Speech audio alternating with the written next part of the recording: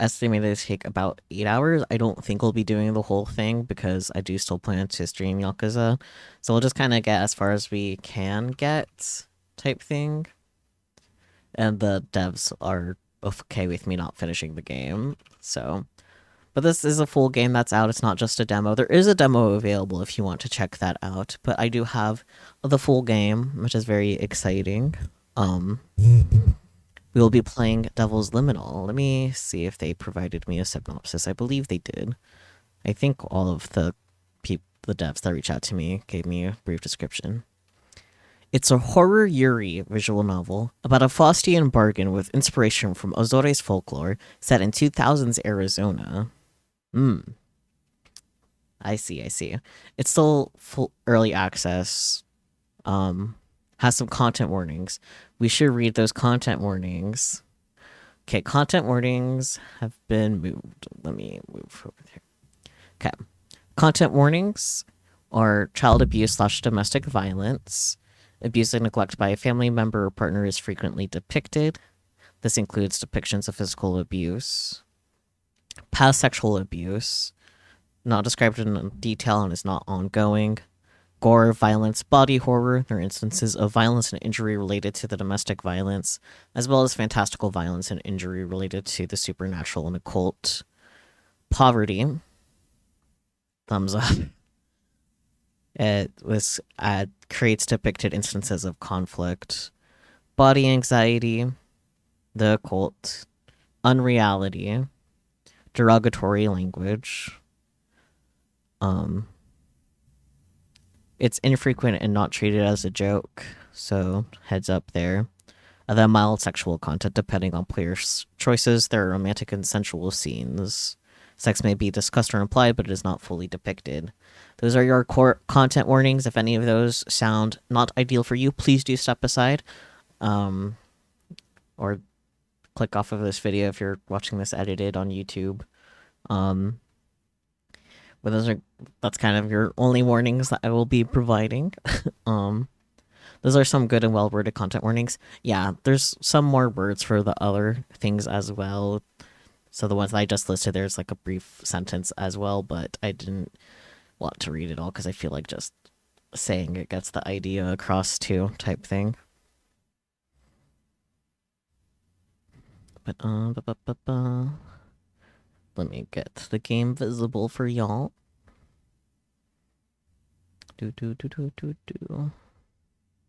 will be changing the window size in just a moment. Don't worry about it.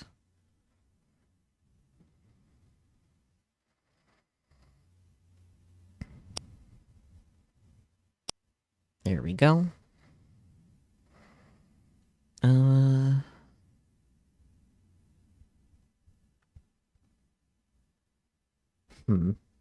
There's no sound settings, are there? Oh, there they are. It seems fine for now, but...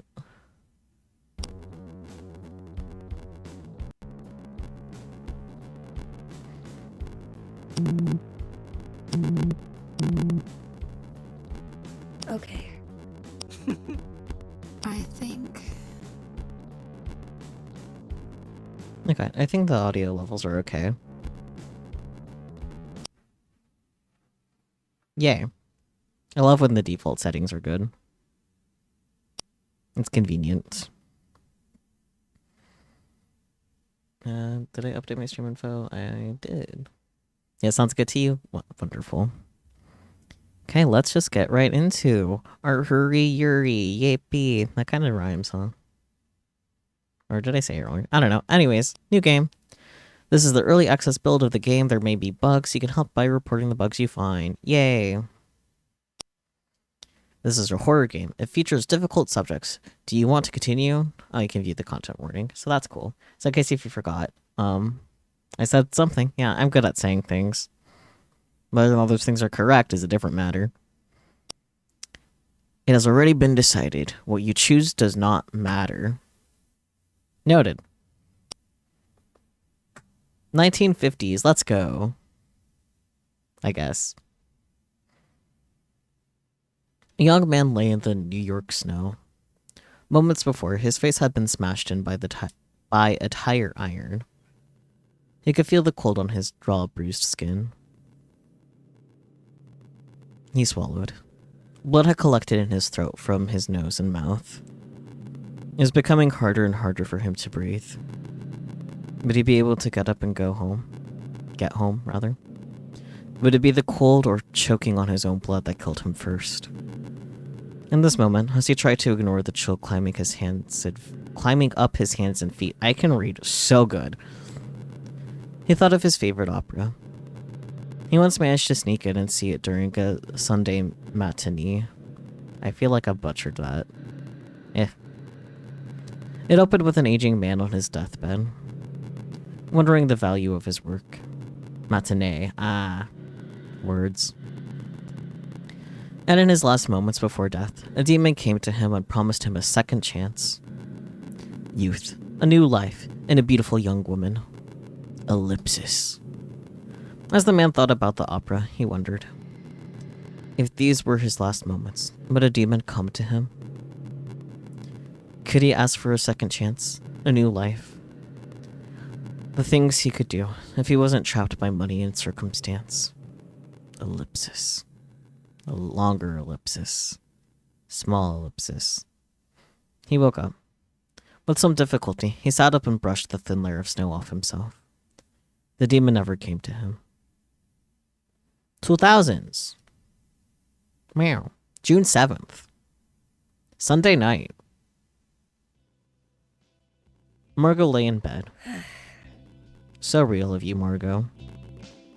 It was weird being back in her old bedroom after 2 years.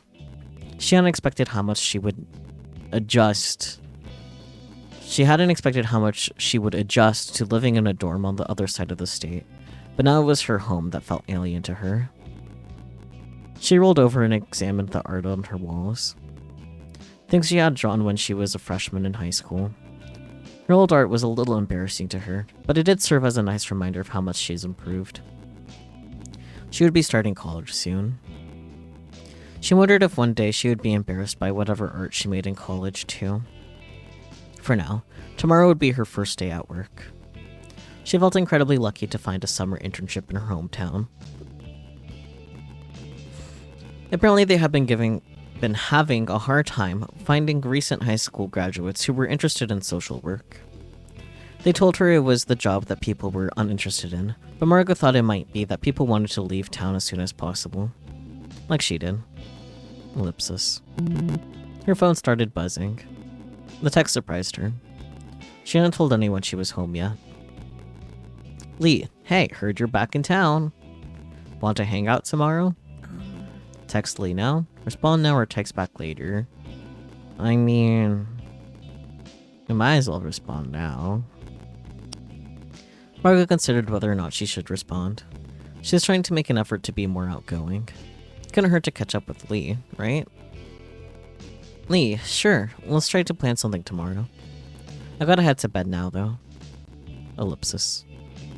Now that she had at least given him an explanation, it felt safe to go to sleep. June 8th. Monday morning. Even though she went to bed pretty early, Margot still felt exhausted when her alarm went off.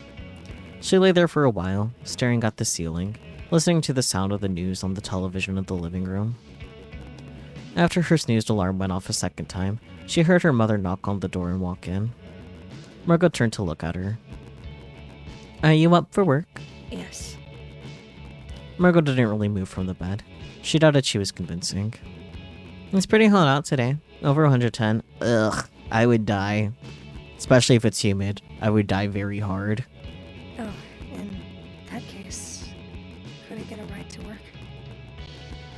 No, I'm rushing out the door as it is. Okay. Once her mother stepped back out, she sat up and started rifling around her dresser drawers for an outfit. She wondered what it would be like to walk to work. Ellipsis. Margot's work wasn't too far from home, but the Arizona summer heat was oppressive. Hot air rippled off the asphalt in the distance. Margot imagined a scene from a Western movie. In the distance, a shape broke the pattern of ripples. There was some sort of heap in the middle of the road. Huh? Margot narrowed her eyes in an effort to get a better look. What was it? Was it... When she realized she was looking at an animal, she rushed forward. She had only seen a cat outside once before. She knew they wouldn't survive long in this weather. Me the fuck too. After leaning over to see that there weren't any injuries, Margot crouched down to see if the cat was still breathing. The cat's belly slowly rose and fell.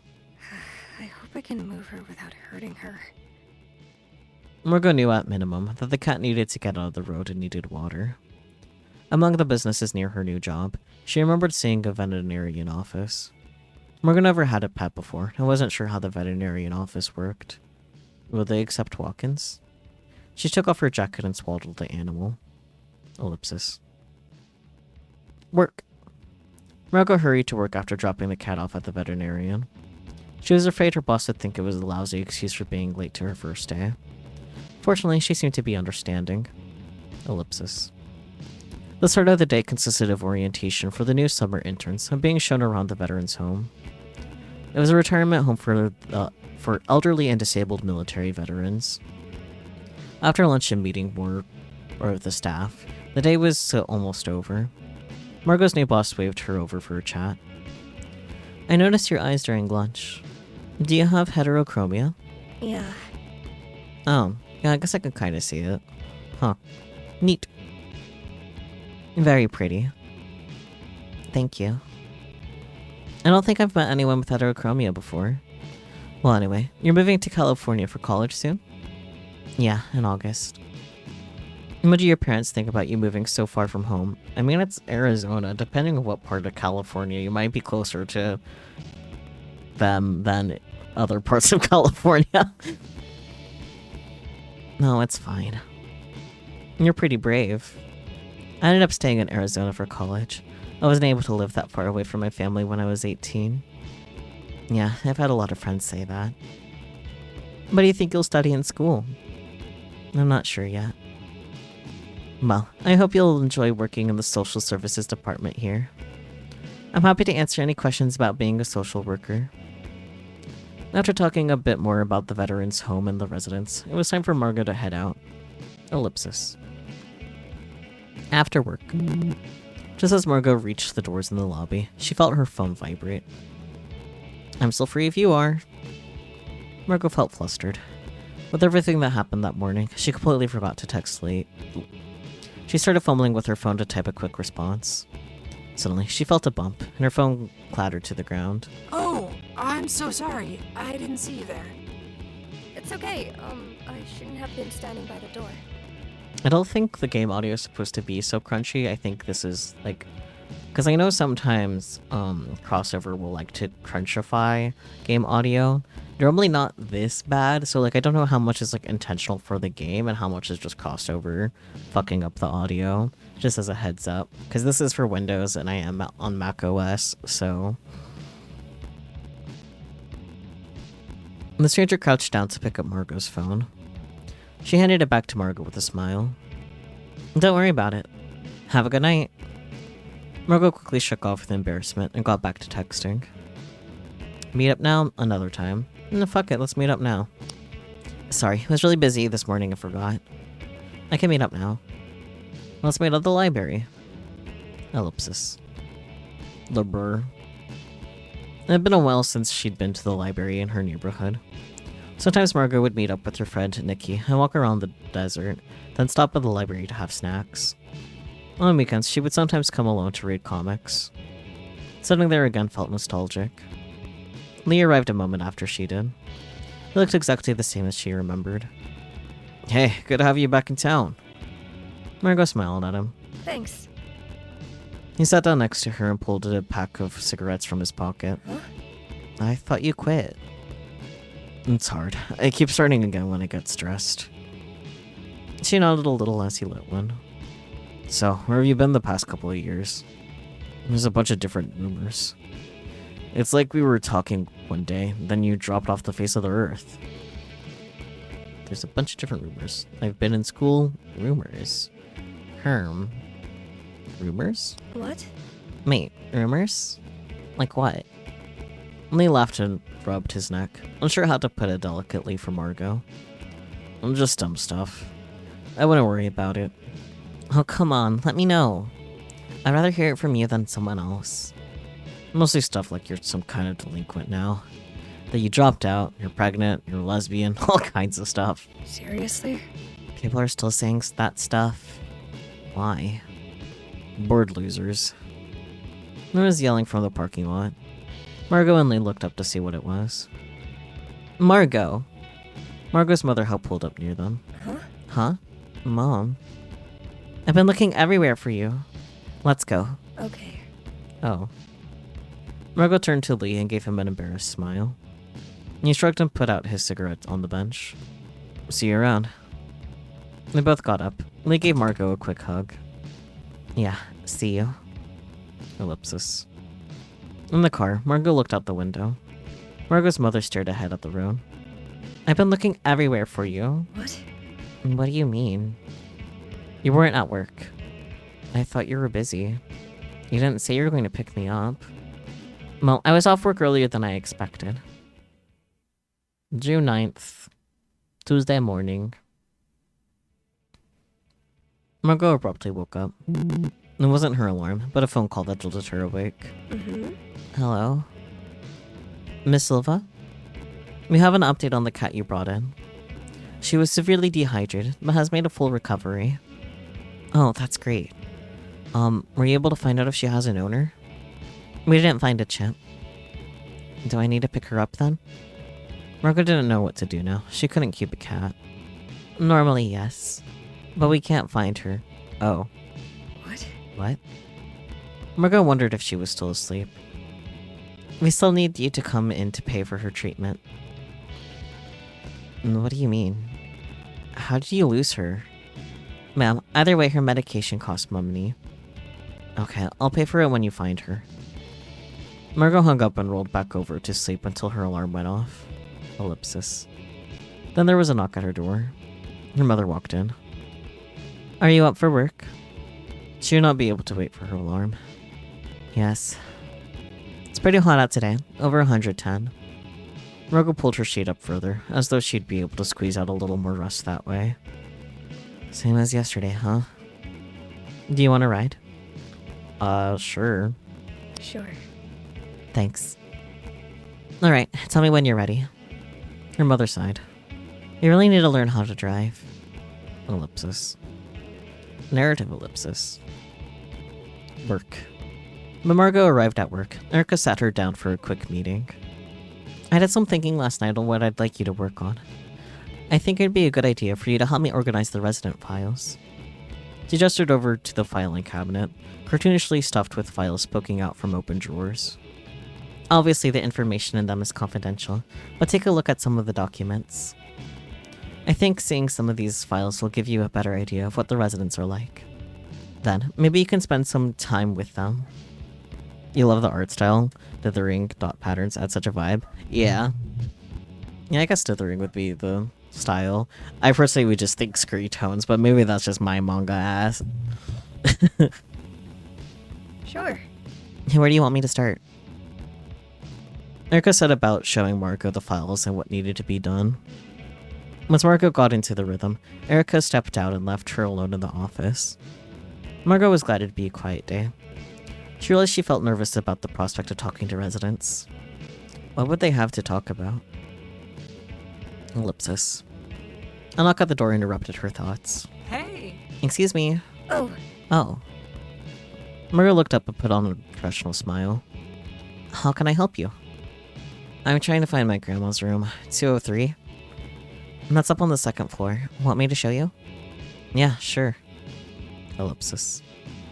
They walked to the elevator and rode to the second floor. Margot couldn't help looking at her. Where had they met before? In the hallway when bumping into each other? Didn't we bump into each other yesterday? Margot realized she had been staring and quickly turned away. Yeah. Sorry about that. Don't sweat it. Did you start working here recently? I haven't seen you before. Yeah, I started yesterday. I'm just here for the summer. Oh, cool. Well, I'm planning on having lunch here.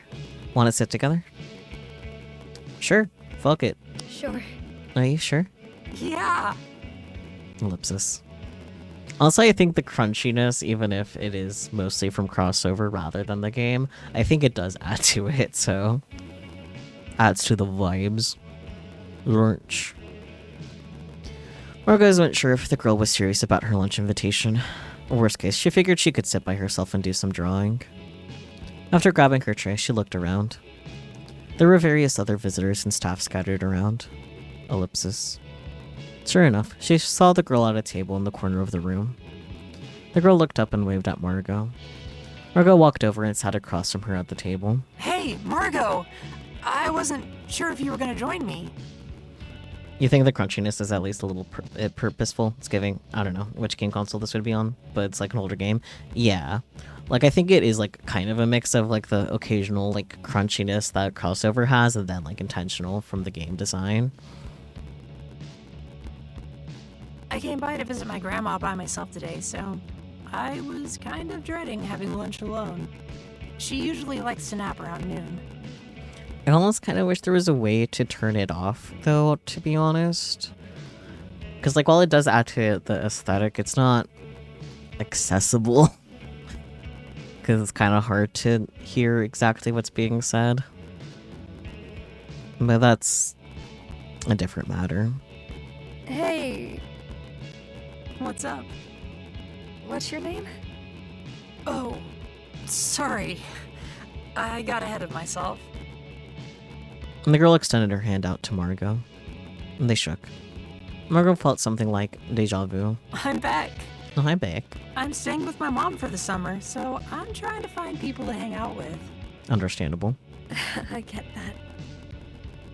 Oh yeah, you mentioned you're just here for the summer too? Yeah, I just graduated from high school. I'm working until college starts. Me too. Well, I'm helping my mom with work. I don't know if that counts.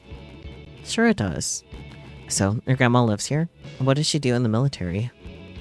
She was in the Army Nurse Corps, which is pretty cool. They chatted for the rest of lunch. To Margot, Beck seemed so animated and excited to meet her. As they talked, Margot started to feel a little less afraid of being home. No. I hope they exchanged numbers, but narrative ellipsis, a longer one, and back to normal. Margot knew she was asleep, but she still felt present, aware. Was this a lucid dream? She had read about them before, but she couldn't remember if she had ever had one before. She sat up in her bed. How funny. The first time she has a lucid dream... Let's try this again. The first time she has a lucid dream, and it takes place in her bedroom. Oh. Someone with an ellipsis. A girl sat at the foot of Margot's bed. Listen. Is she Margot's sleep paralysis demon? She didn't recognize her. I need your help. My help? What's going on? I am trapped. I'll show you how to help me. Oh. Why me? But... ellipsis. Longer ellipsis. Normal ellipsis. June 10th. Wednesday morning. Margot woke up groggy.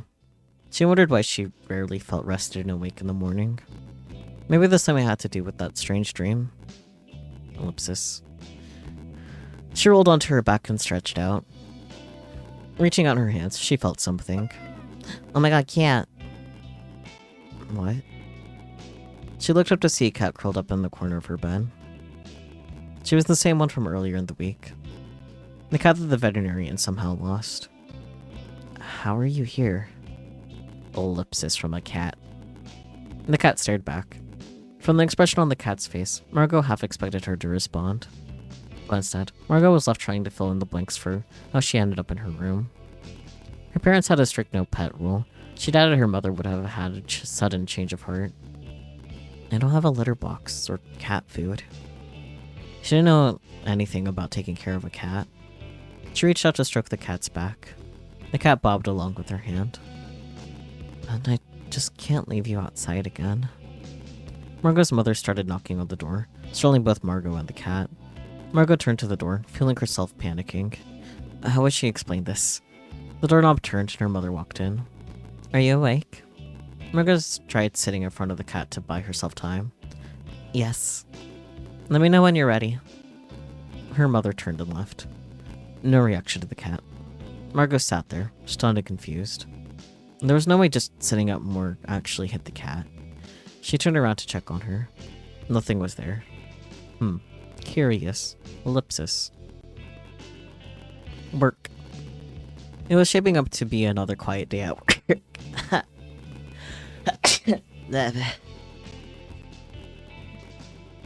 Bleh. Sneeze attacks. Rude.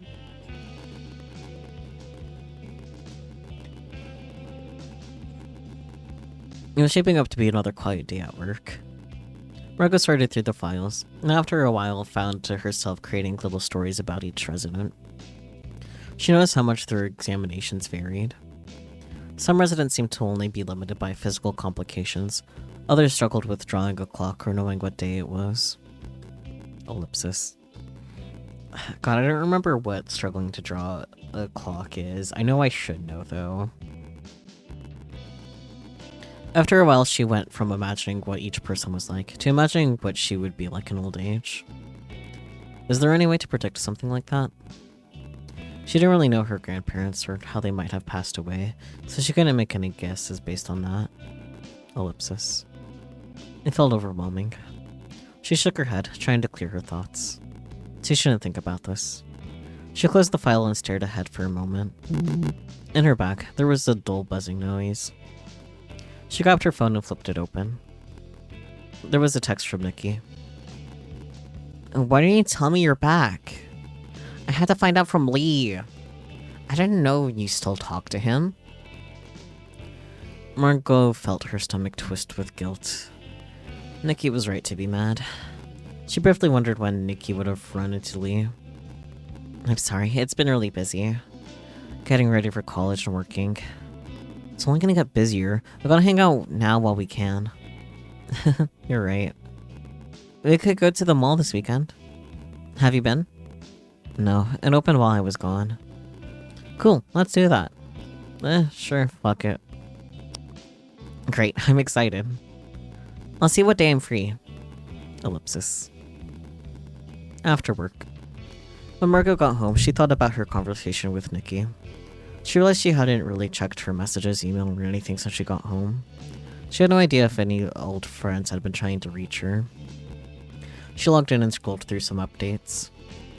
A lot of it seemed to be about trips to beaches and lake houses, dorm shopping with parents. Do you do dorm shopping?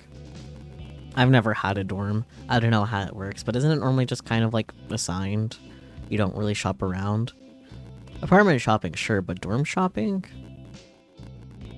Or shopping like for the dorm, maybe? Like any like little things you would need, like bed sheets and such. Maybe that's what that means.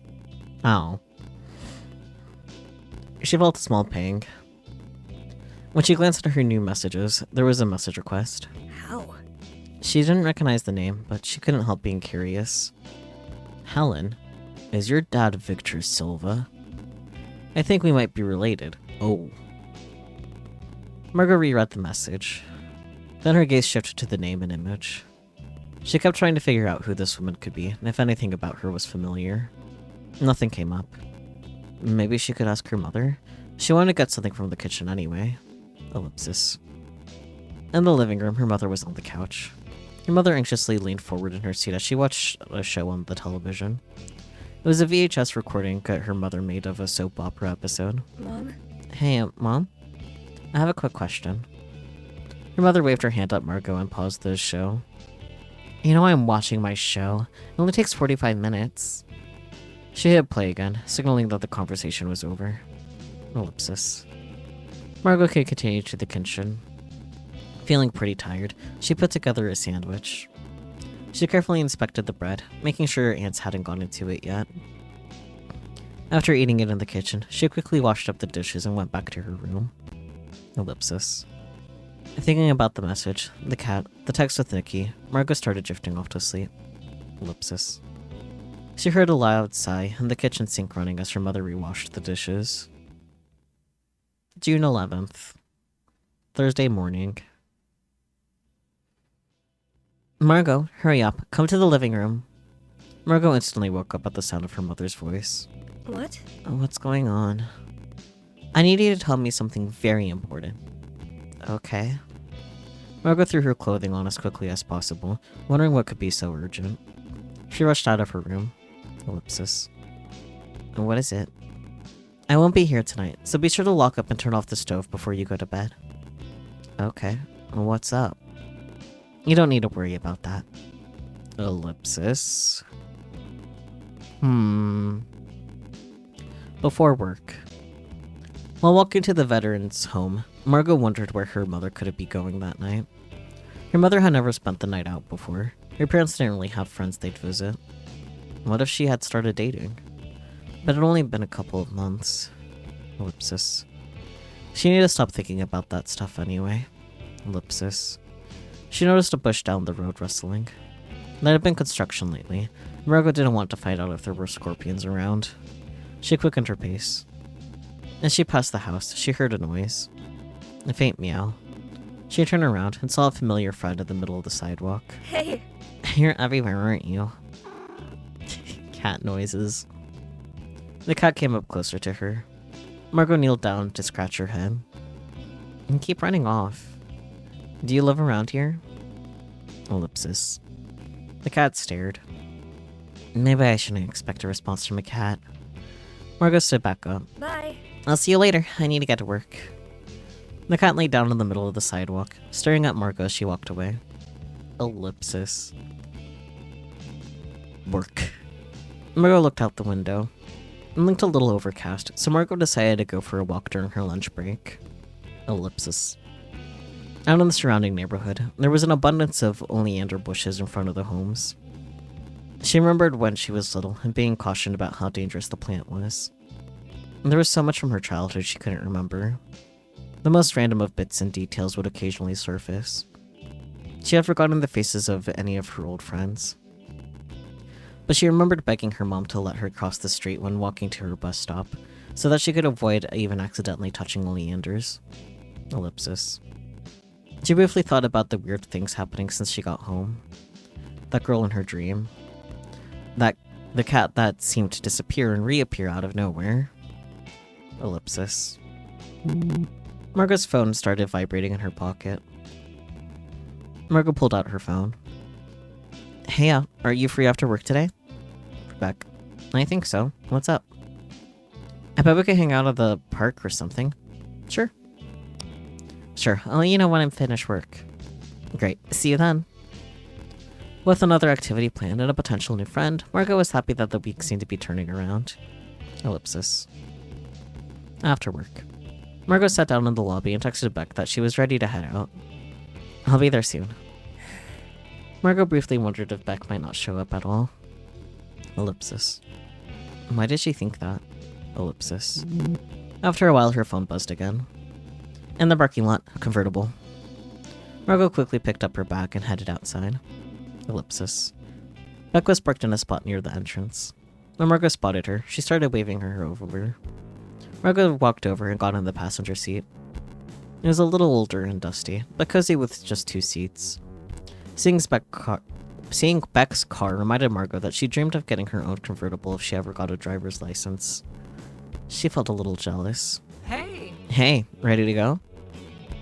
Beck flashed a big grin at Margot. She looked at Beck, examining her own reflection in her sunglasses. Feeling a little sweaty and tired from the workday, she felt out of place in what she considered her dream car. Noticing her expression, Beck took off her sunglasses and gave Margot a curious look. Everything okay? Oh, sorry, I realized I'm a little tired. I'm ready. Alright. Ellipsis. After driving for a bit, Margot noticed they weren't in her neighborhood anymore. She had assumed they were going to the park down the street. Have you been to the Colorado River? Yeah? Yeah, why? I figured we could hang out there. Beats looking at the dead grass of the park here. Sure, as long as we're not actually going to the river. Beck laughed. No, I would have warned you to bring a swimsuit in that case. Ellipsis. Once they were out of the residential area, Beck turned on the radio. It was set to the only classic rock station that reached their town. Did you grow up here? Yeah.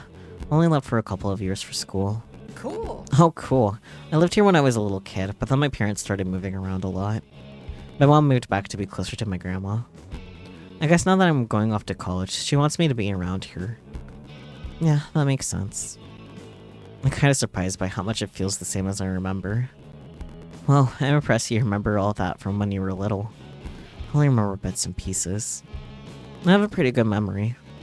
Since you were gone for a while, does it feel any different being home? Busy in a good way? It's been hard. I mean, I guess busy in a good way is more accurate for what we've seen so far. And it's been busier than I expected, in a good way. My friends have been reaching out, and I'm enjoying my internship so far. Beck nodded. And I was expecting to make a new friend. I'm excited to get to know you. Excited to get to know you is better, I think. Yeah.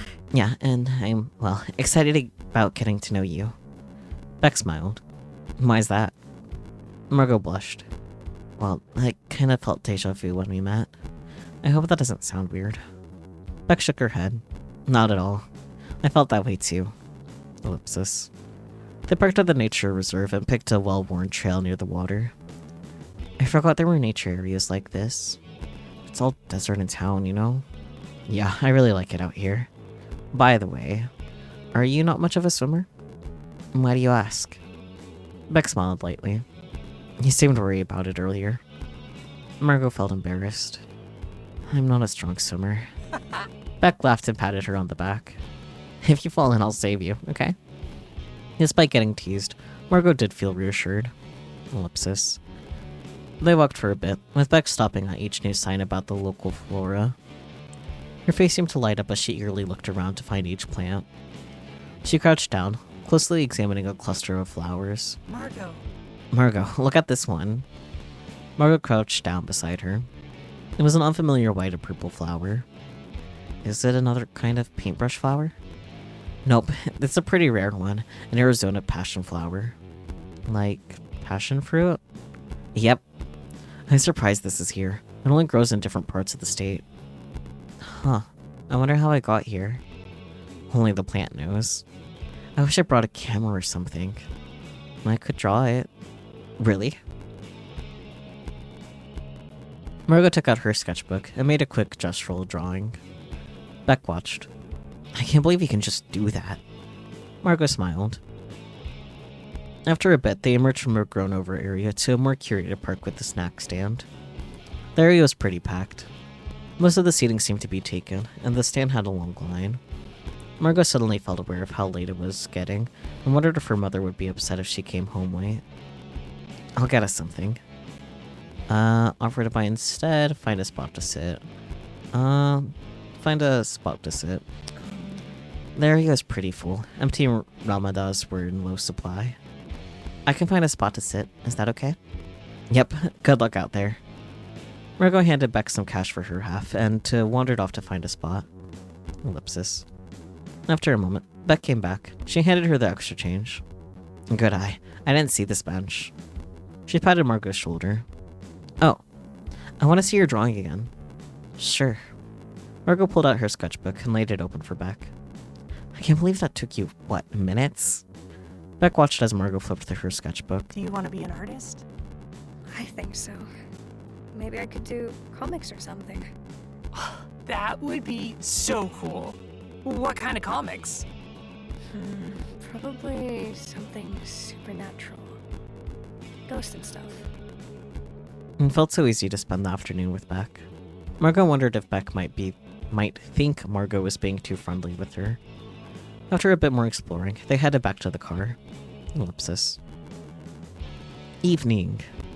The night air during the drive felt refreshing after spending the afternoon in the sun. An interview with a band played on the radio. Ellipsis.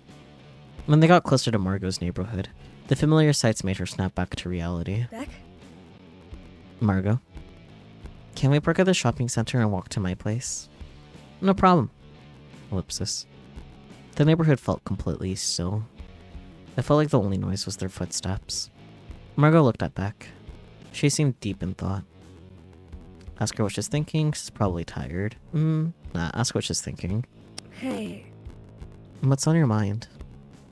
Beck was looking up at the sky. The stars aren't like this in the rest of the country. Margot looked up as well. She hadn't noticed before, but the sky was bright with stars. She wondered how it would compare to the sky over her future school. You haven't lived in another state before, right? No, my private school wasn't that far away. Do you think you'll miss Arizona when you move? I don't know yet. I'll miss my friends, but I can text them. You probably have a boyfriend, right? Would you have to do long distance? Margot blushed.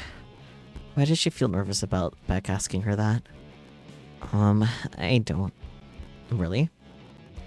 Too busy with school? What about you? Yeah, it just didn't work out. What about you? Do you have a boyfriend? That's not really my thing. Dating? There was a loud yell and hiss at their feet. Beck leapt away. Shit, go away, go away! She scrambled to scare away the cat in front of them. Beck's efforts were rewarded with more hissing. Oh, that's my new friend. No, I hate it. She kept waving her hands at the cat and almost getting scratched. Hey, I think if you just relax, she'll stop. Beck seemed to be near tears. Make it go away. Margot kneeled down next to the cat. She couldn't stand by while both Beck and the cat were getting more and more agitated. Hey, you. The cat leaned in to rub her face on Margot's hand, but still growling. I need you to be nice to Beck, okay? Cat noise. Margot picked her up and scurried to the other side of the road to plop her on the sidewalk there. The cat sat down and rolled onto her side, staring at them. Margot returned to Beck, who was breathing deeply. I think we're safe now. I barely believe you. Ellipsis. They walked to another block with no cat in sight, and Beck eased up. I'm sorry for ending the night on that note. It's fine. Oh, I thought of something. Do you like museums? I love museums. There's some local ones we could go to. Check out some pioneering tools, that sort of thing. Margot smiled at her. I'd like that. Beck stopped for a moment. She looked at Margot with a nervous expression. She glanced down. Can I ask you something? Sure. Can I hold your hand? Oh, hand-holding? So lewd. Oh. Margot wants to be excited, but Margot looked around. I hope I didn't assume too much. Margot looked back at her. No, it's not that. They were at the end of her block, close enough to see her home. She noticed that the lights were off, and remembered that her mother was out for the night. But what if her mother was home after all? Margot remembered a couple of times friends did come near the trailer. Afterwards, her mother would scold her about the culture shock of seeing it, or start asking who they were, and if Margot was trying to sneak them into her room. What if her mother was home, but kept the lights off? It wouldn't have been the first time. Hold her hand? Of course, or be cautious. Ooh. I mean, her mom's supposed to be out. And I don't want to give Beck the wrong idea by being cautious. AKA, I don't trust Margot to be upfront about the situation. So... Oh, I just noticed a thing.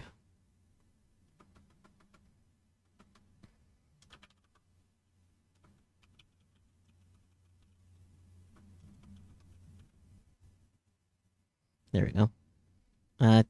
I think we should say fuck it and just hold her hand. Because I don't trust Margot to just be upfront about, like, the whole thing. Yeah. Of course. Beck took Margot's hand and smiled. I really should have asked earlier. Margot blushed and lightly squeezed Beck's hand. Her hand felt much more delicate than Margot expected. Ellipsis. Eventually they reached Margot's. So this is your place? Margot wasn't sure what Beck would think, saying that Margot lived in a trailer. Yeah, sorry for making us walk. It's fine, I get it. You're embarrassed of me. No, it's nothing like that. I forgot my mom wasn't home. Beck laughed. You know that sounds worse, right? Margot cringed, making Beck laugh some more. I'm kidding. Beck let go of Marco's hand to hop the brick fence in front of her home.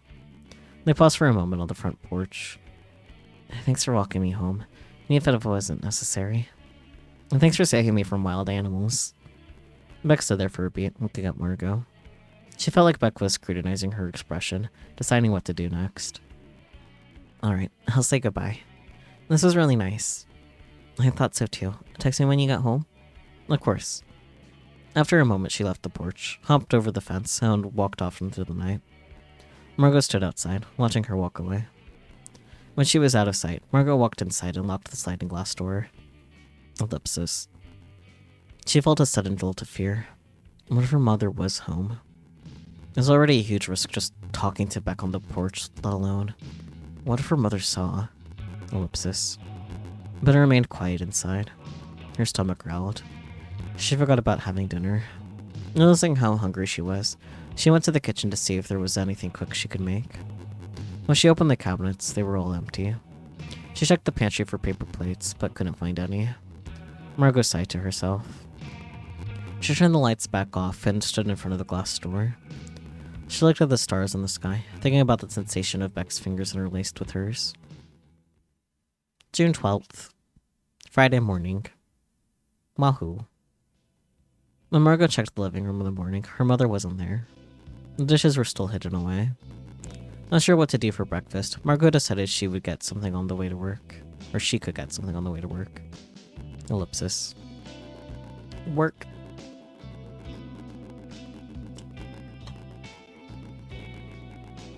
All morning, Margot had been sorting files. The process already felt automatic to her. Margot kept rereading the text from Beck.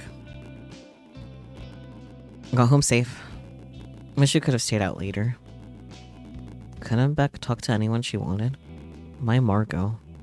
Erica walked into the office as Margot finished up the last file from her current stack. Margot, would you be interested in meeting some of the residents? Yeah. Yeah, of course. This floor has some great folks. It's mostly people who choose to live here because of health problems. Oh, I see. They spent some time walking around, Erica introducing some of the residents. There were two women who were medics in World War II, some men playing card games. Margot made a mental note of the information about everyone. Ellipsis. After a while, they returned to the office. Margot continued sifting through paperwork and noticed her phone buzzing. Hey, sorry it's been a while. Want to see a movie tonight? Sure. Yeah. I suppose we couldn't catch up more at the library. Yeah, me too. Okay, meet me there tonight. Ellipsis. After work, Margot stood in the theater lobby, shifting her weight from one foot to the other. It looked like she arrived before he did. Where was he? She scanned the room, slowly becoming more and more stressed about being there alone. Margot, hey! Margot turned around, surprised to hear Jade's voice. They had class together before Margot had left. She forgot Jade worked at the movie theater. Hey! Hey, how are you? I'm great. Jade pointed at her badge. I'm a manager now. Whoa, congrats. Yeah, kind of a shame I have to quit when I go to college. Speaking of, I thought you already left. Sort of. I'm working here for the summer. Oh, cool. Where? In the veterans home. I heard it was hard to get a job there. Yeah. That's pretty lucky. Well, it's through a state program. Before Margot could tell Jade more, she heard someone else call her name. Early as always, Margot. I think you might just be late. Lee rolled his eyes, his hand reaching in his pocket for his wallet. Jade, can I get 2 tickets for everything at the zoo too? Evening at the zoo? I can read good. Yeah, 2. Please, I don't have anyone else to see this movie with. Margot sighed, defeated. Lee was not great at accepting no as an answer. Ellipsis. They went into the theater room. It was empty. The movie had already been out for a while. Lee picked 2 seats in the center near the back of the theater. As Margot sat down, Lee stretched his arms out. His hand came to rest on Margot's shoulder. They sat in silence for a while as the movie played. Lee seemed to be thinking about something rather than paying attention to the movie. He cleared his throat. Did your dad die? Margot immediately felt her heart racing. She wasn't ready for that kind of conversation. And where did you hear that? Around town. Margot shifted in her seat. You used to call me and talk about that stuff before you disappeared. She stared ahead at the movie. How do you feel? I don't know. Margot turned to look at Lee. For a moment, they stared at each other. Margot studied his face, trying to understand how he felt. And then he started laughing. I never liked that guy anyway. Margot frowned, moving her shoulder to shake his hand off. Come on, Margot. I'm not being mean. I want to know if you're okay. Yeah, I'm fine. Her voice was tense. Why don't we watch the movie? We're only once here. It doesn't matter if we talk. They both went silent. Ellipsis. I think what I miss the most about having you around is that you always held me accountable. What are you talking about? You're the only person who ever said I could leave here, get a nursing degree or something. He moved his arm from behind Margot to his chair rest. And you're the only girl who will ever tell me to shut up. He nervously drummed his fingers. I don't know what I'm getting at. His hand moved to Margot's knee. Ellipsis. He started to move further up her leg. Hey, stop that. She pushed his arm away. What's wrong? Would you quit it? He turned away and folded his arms. They were silent again. Fine. Whatever. I'm gonna have a smoke. He got up. Margot watched him walk down the aisle into the exit. She turned back to the screen. What could she do? She felt the anxiety build up again. Watching the movie wasn't going to help. She pulled out her phone for distraction. Ellipsis. After a while, she started to wonder if he was coming back. Ellipsis. She didn't care about the movie anyway. She should probably head home, right? Ellipsis. Margot got up, retracing Lee's steps out of the room and into the hallway. In the hall, she could hear someone muttering to themselves. Did I go the wrong way? Beck stood by a wall, looking at her ticket. Beck? She looked up and smiled. Oh, hey. Beck gave Margot a coy smile. Out on a date? Margot grimaced. Well, Her stomach twisted. Yeah. Beck's smile disappeared. Sorry, I'm being nosy. I should let you get to your movie. Beck gave Margot a curious look. Is something wrong? You seem kind of stressed out. Margot waved her hand. I just tried to find my friend that I came here with. That doesn't sound good. Do you need a ride home or something? I'll be fine. I don't want to impose or anything. Don't worry about it. She looked down her ticket. I'm not excited about this movie anyway. I just didn't feel like being at home. Which movie is it? Evening at the Zoo too? It's not good. Dang. Since you're the artist, I should probably trust your opinion. I guess it's too highbrow for me. Well, in any case, definitely let me know if you need a ride. Margot nodded. They parted ways as Beck went into the theater room. Margot went into the lobby. Ellipsis. Jade was still at the ticket counter, but no one else was around. Jade noticed Margot waved her hand over. Hey, did you get my text? huh? Text? Margot pulled out her phone to check. Nothing from Jade. Or Lee. Guess not. Darn. I saw Lee earlier. I think I heard him arguing with someone. Then he told me how pissed he was and that he was going home. Margot sighed. Damn. Seriously. Yeah. My shift ends in a bit, if you want to ride home.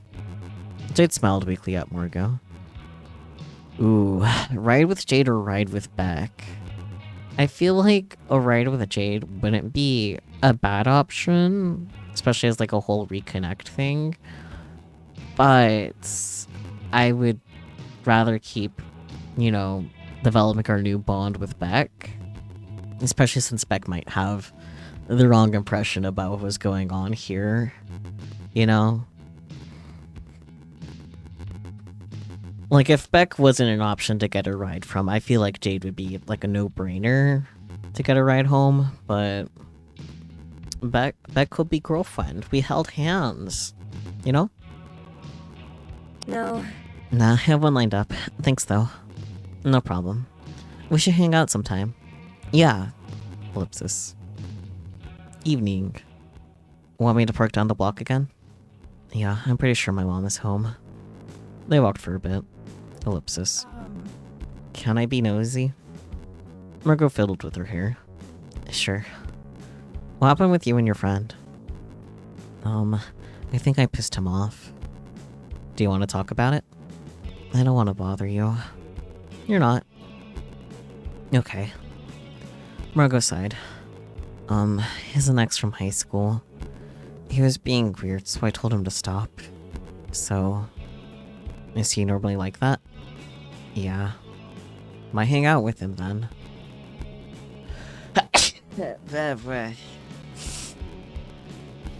Okay, well, when I agreed to hang out with him, I didn't realize he was a shitty ex, so there's that. So, definitely not the last one. Thought there might still be something there. I'm gonna stick with thought we could be friends. I guess I hope I could still be friends with him. He helped me with some stuff in the past, so I know he's not all bad. But, I don't know. I feel stupid. There's nothing wrong with trying to see the best in people. You think so? Yeah, that's very admirable. Margot smiled. Beck smiled back. Cute. She nervously rubbed her neck. I'm a little relieved. About what? No, you're just friends with that guy. So... Beck's head turned, her attention on something else. Huh? Margot looked in the same direction, at her home. The window blinds were shifting around. Is that your mom? Yeah. Beck nodded. I'll head back then. Ellipsis. As soon as Margot entered the front yard, her mother slid open the porch door. Get in here, it's late. Margot looked down on the block, watching Beck turn the corner and disappear. Ellipsis. So who's that? Your new little friend? Margot went to her bedroom. Fine then. Oof. June 13th. Morning. Margot finally had a morning where she woke up feeling rested and ready for the day. She quickly threw on some clothing and went to the kitchen for breakfast. Ellipsis. However, in her good mood, she forgot the dishes were gone. After trying every cabinet, she realized she would need to ask her mother. Margot walked to her room. She hesitated at the door. She wasn't sure if her mother was still home or awake yet. One of those makes it easier to find the dishes, she thought. Margot knocked at the door. Mom? What is it? Her mother shouted from the other side of the door. Where are the dishes? You need to use a paper plate. I'm tired of washing dishes. We don't have any paper plates. Yes, we do. Where? What do you need? A bowl and spoon, I guess. There was some rummaging, then the door cracked open. Her mother held out a paper bowl and plastic spoon. Here. She shook them at Margot. Take it. I'm going back to bed. Oof. I'll just accept it, I guess, because standing up for ourselves will just get messy fast in this case. Margot gave up. None of these conversations were new, but they always felt like they were opening a fresh wound. No amount of success in the world seemed to be enough to affect her home life. Coming home to the trailer meant she was no one again. Margot took the bowl and spoon. Her mother shut the door. Margot wanted to stomp, to scream. As she walked away, she looked down at the ground beneath her. It was just a wooden board covering a sunken spot on the floor. She couldn't stomp anyway. She couldn't do anything. She got thinking about how different things were just a month ago in her private school. How different they will be a couple months from now. She just had to wait it out. Ellipsis. Margot shook her head. She needed to distract herself. She needed to focus on getting ready for work and leaving. And she just stayed focused. Ellipsis. Outside. Walking to work, Margot noticed the streets were particularly empty. Ellipsis.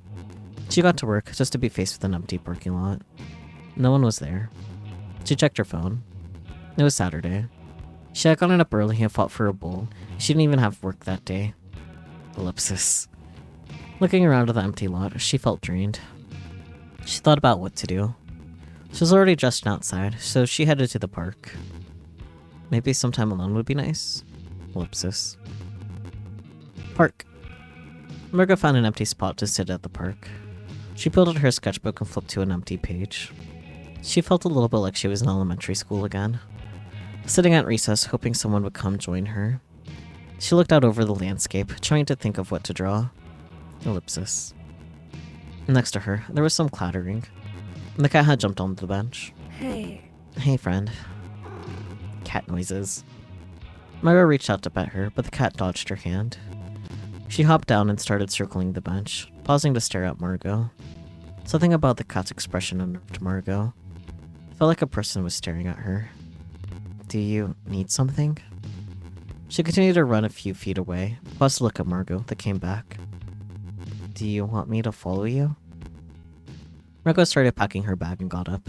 The cat immediately ran ahead. Margot followed. Ellipsis.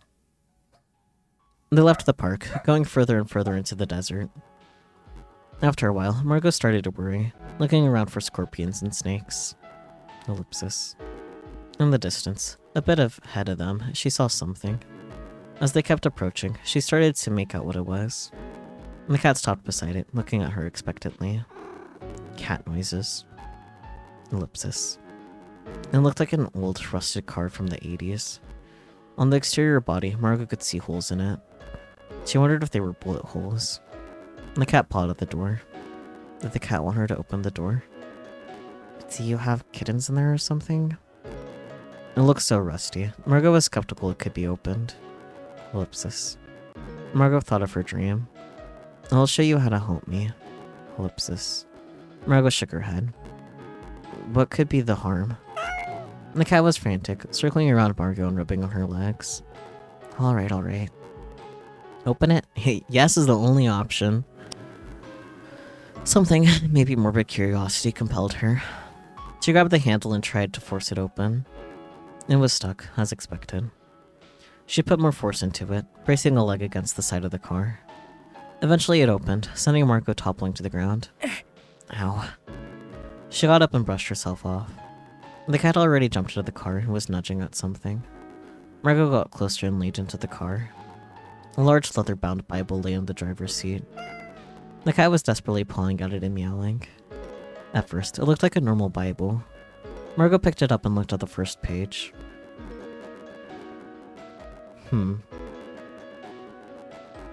Eritis Sicut Deus, Scientis Bonum Bellum, was written in careful flowing script. A large unusual symbol was drawn over the remainder of the page. It was a hexagram with details that Margot couldn't make out. She started flipping through it. In the margins, there were handwritten notes. The notes didn't look like they were about the Bible passages at all. Instead, the writing was strange. Origins of the world, recipes for things she didn't understand, instructions on how to deal with creatures she'd never heard of before.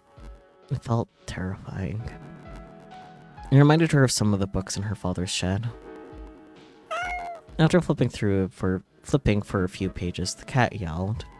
Margot stopped and looked at the notes on the page. To understand the voice of an animal, must be bitten by the animal, placed blood on a music box, and while the music plays, the animal will be able to speak if they wish to. Interesting. She muttered the instructions to herself, looking between the page and the cat. Huh. Is this real? Is this real? Oh, that was voiced. Cat noise. The cat stared at her. This has to be a coincidence. There can't be a cat showing me how to make animals talk. I mean... Ellipsis. I'm trapped. Could it be related? Ellipsis. It seemed too supernatural. Even when she was a kid, she was really into the supernatural. Her favorite childhood movies usually involved ghosts, monsters, vampires. She vaguely remembered having a friend who was convinced that Margot was a vampire. At the time, Margot really wanted to believe they were right. It meant that she could have a bigger, more interesting life outside of her trailer. She could be whisked away on some grand adventure. She felt embarrassed thinking about that time. Was she really so gullible? Reading the notes in the book. Why did she so desperately want everything in front of her to be real? Ellipsis. She stared into the cat's eyes. What if she was just asleep, her head down on the park table, having another lucid dream? What would it mean for her if this was real? Would it give purpose to her life? Ellipsis. Evening. Margot's bedroom was getting dimmer. She didn't realize how long she had been laying in bed. Ellipsis. Her phone buzzed. She picked it up and rolled it onto her back, holding the screen over her face. Is tomorrow good for the mall? Sure, what time? Around 12? Okay. Nikki used to be notoriously late all the time to everything. Margot wondered if her habits had changed and when she should actually expect Nikki to arrive. She put her phone down and rolled back onto her stomach, continuing to read through the notes in the book. June 14th. Sunday afternoon. Nikki hadn't changed. It had been over an hour since Nikki said she was on her way. She lived within walking distance. Margot started to regret not being at her place. Margot texted, but Nikki hadn't responded. She considered the logistics. What if she started walking now? She tried sketching, but still felt impatient. She thought about going back inside, but didn't want to interrupt her mother watching soap operas. Ellipsis. After a while, Nikki pulled up. Nikki's car was a worn cream color with slightly torn seats. It seemed to smell like burning rubber. Always seemed to. Nikki pushed aside some old fast food trash from the passenger seat. Margot hopped in. Hey! Nikki, it's good to see you. Yeah, same to you. They both leaned over to hug. Ellipsis. I don't think you'll be impressed at the mall. Why's that? Honestly, it's kind of small. And you can't go by yourself unless you're over 16. Seriously? Yeah, they check IDs and everything. That's crazy. I had to go with my sister when it first opened. Speaking of, do you have your ID with you? Margot double-checked her bag. Yeah, I do. Ellipsis. Mall. Kinda crazy the mall's age restricted, honestly. Just in time, saying on.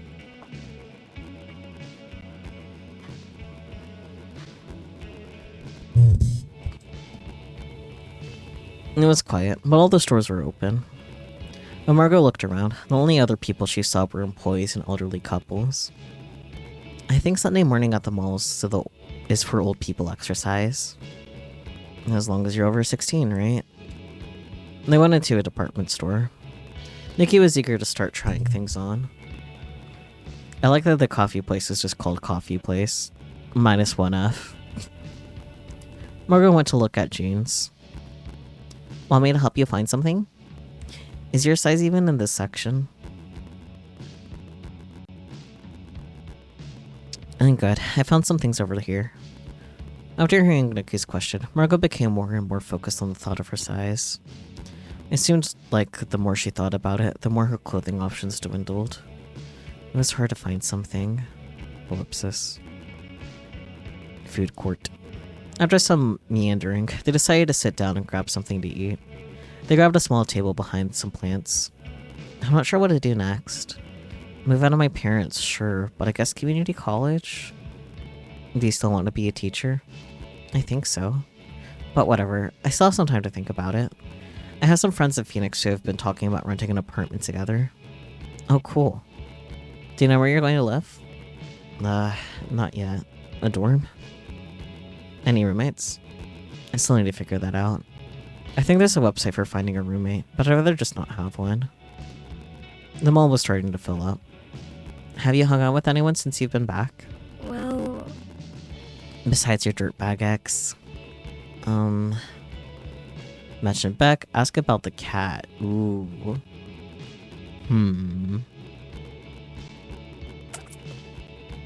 Nikki seems like a good girl, but I don't know if she's like an ally, so I guess the cat to be on the safer side. If that's even necessarily safer, because, hey, here's instructions to make me talk. You still have a lot of pets, right? Yeah. Do you know much about cats? Of course. I found this weird cat the other day. All cats are weird. So true. This one seems to follow me around a lot. And I think sometimes she gets into my room. Isn't there still a hole in your floor? Yeah. Maybe that's it. Maybe she had kittens under your place. Yeah, I thought about that. Margot thought about how to word the next part. Nikki used to go to church a lot, and what happened still felt like a wild dream. I feel like she's trying to show me something. Probably the kittens. I mean, like, do cats like collecting stuff? Do they bury their toys? No, you're thinking of dogs. Oh, I think this cat is doing that. It's probably been around a lot of dogs then. Oh, I guess we can talk about both things. I guess time to talk about Beck. Well, I made a new friend at work. She used to live here, but I guess her mom moved away and then back. And would I know her? Her name is Beck. Beck, like short for Rebecca? I think so. What does she look like? Tall and thin, bleached hair. That doesn't really narrow it down. Oh, I have a contact photo on my phone. Want to see that? Margot pulled out her phone and flipped to Beck's contact info to open the image. Nikki inspected it for a moment. She looks like a model. Like a suicide girl. Are you hanging out with a suicide girl? Not that I know of. I don't think I know her. Do you know what school she went to? Nope. They went quiet for a moment as they started digging into their food. Ellipsis. Evening. Margot stood in front of her mirror, looking at the jeans she purchased earlier in the day. The mirror had a large crack in it, so Margot had to shift around a bit. She had a pile of shirts sitting on her bed to see what went with which jeans. Looking in the mirror, she thought about her conversation earlier with Nikki. She decided to text back. Hey. What school did you go to when you lived here? What if we were in class together, lol? We were. In kindergarten. We used to play together all the time. Wait, seriously? Yeah, we were quote-unquote dating. I thought you were a vampire. So it was Beck who thought she was a vampire. And she vaguely remembered kissing someone on the bus. Sorry I didn't mention it sooner. I figured you didn't remember or recognize me. And my name is different and I'm not a 5-year-old boy anymore. Oh, trans rights, slay. I don't know. I don't blame you, but I wasn't sure how to bring it up. Sorry, I didn't mean to put you on the spot. It's pretty cool that we're friends again. I remember vampire memory, bus memory.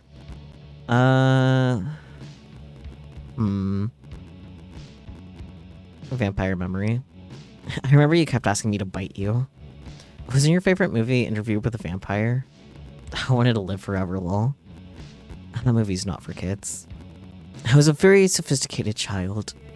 We did touch scraped knees one time. I haven't died yet, so maybe that worked. I guess you were right about me. I feel like I've been thinking more about when I was a kid.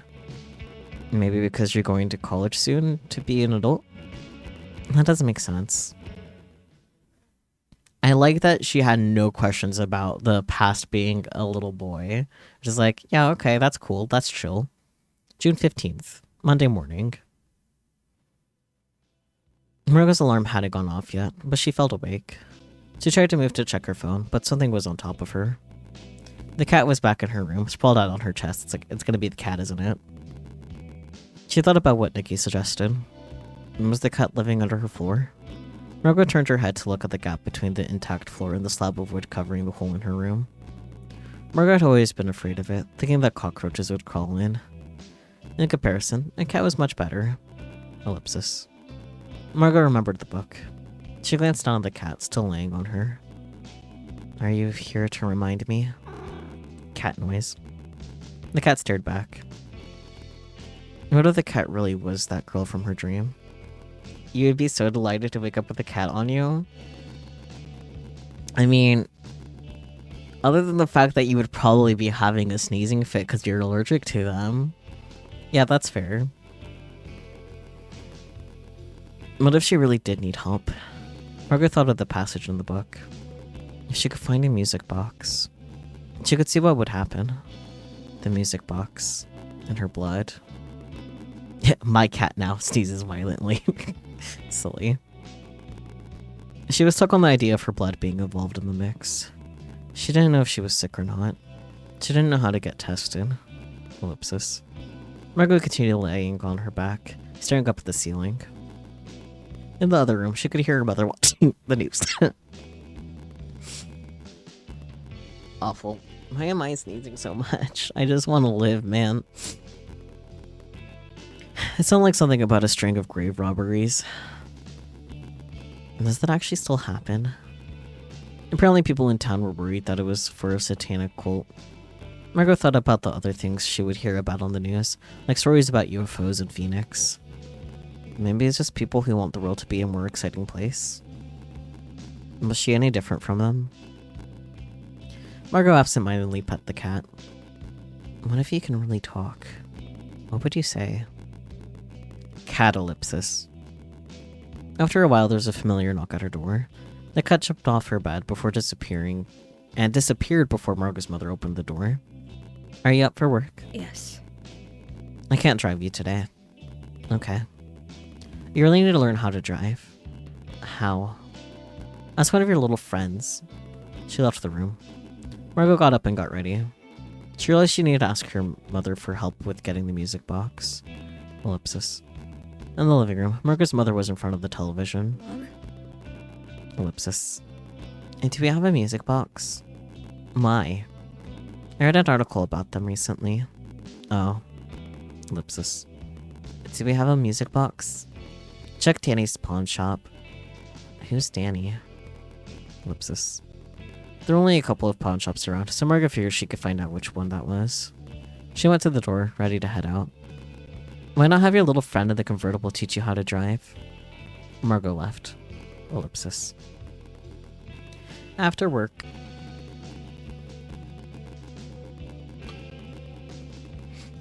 It was time to start her pawn shop mission. Ellipsis. She stopped by the closest to home. Margot went inside. Ellipsis. The pawn shop had the typical dusty, mothball smell of a second-hand store. Around her were cluttered shelves of old cameras and novelty knives under the glass displays. She kept thinking about how cagey her mother was with the details. Danny. Danny owns a pawn shop. Margot couldn't help but sigh deeply at the thought. He must be the secret boyfriend that she's been visiting. Margot didn't want to interact with him, but knew she had to. Ellipsis. As she was lost in thought, the shop owner came out from the back room. He had a little "Hello, my name is" badge on his chest, with Danny written in. Let me know if you need help finding anything. Okay. Okay, thanks. Margot couldn't help but analyze him on the spot. He's not ugly, and he's a business owner. Maybe it's okay? Danny stared back. You look familiar. Have you sold anything here before? There was a pause, and Margot mulled over as Margot mulled over what to say, reading. Oh wait, are you Inez's daughter? Yeah. He nodded a bit. She's right. You look nothing like her.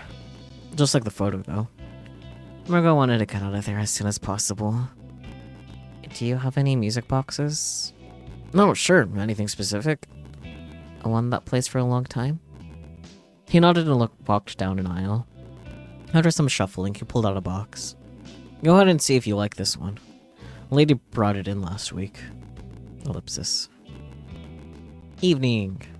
The trailer was dark and empty. Margot supposed her mother was out. Maybe with Danny. Ellipsis. She went to her room, music box in her bag. She briefly glanced at her reflection in the mirror. Danny was right. She didn't look like her mother. She resented how much she looked like her father. Ellipsis. Margot shook her head, trying to focus. She set up the spot on the floor with the music box and Bible in front of her. She eyed the music box. It had a small dancer, holding a black sword with an unusual handle. It looked like it might actually be a sharpened piece of metal.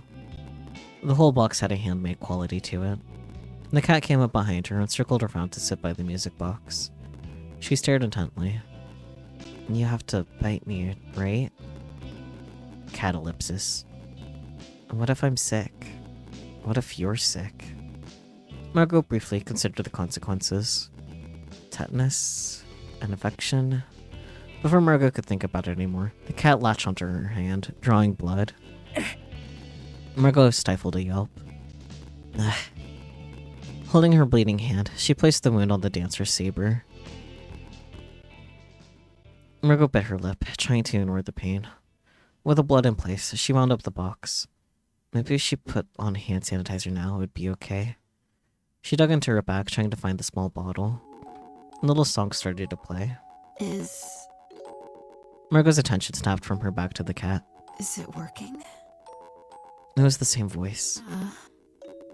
This was the girl. I need you to do one more thing. The steps should be in the book.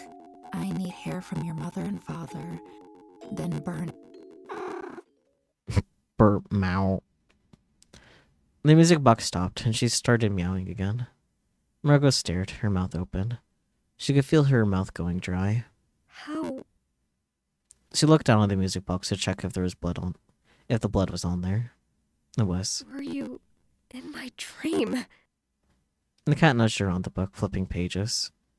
She loudly meowed again.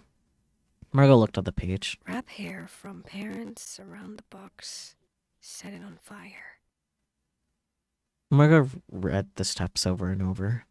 Collect the hair, add more blood, set it on fire. She looked at her hands. She looked at the blood drying on her palm. She wondered if she was okay. Ellipsis. Longer ellipsis. Same size, normal sized ellipsis. It was happening again. The girl was in her room again. Now you know what to do. One more step to free me. I'll try to do it tomorrow, but I still don't really understand. You never told me why I need to help you. Tomorrow. Ellipsis. Longer ellipsis. Normal sized ellipsis. June 16th. Tuesday afternoon. During lunch, Margot had a text from Lee. Sorry I left the movie early. I got a call from my new job, so I had to go.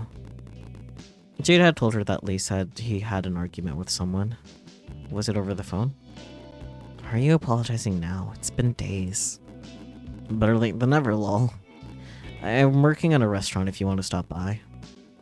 Margot put away her phone. Tonight, she had to help that girl. Ellipsis. After work.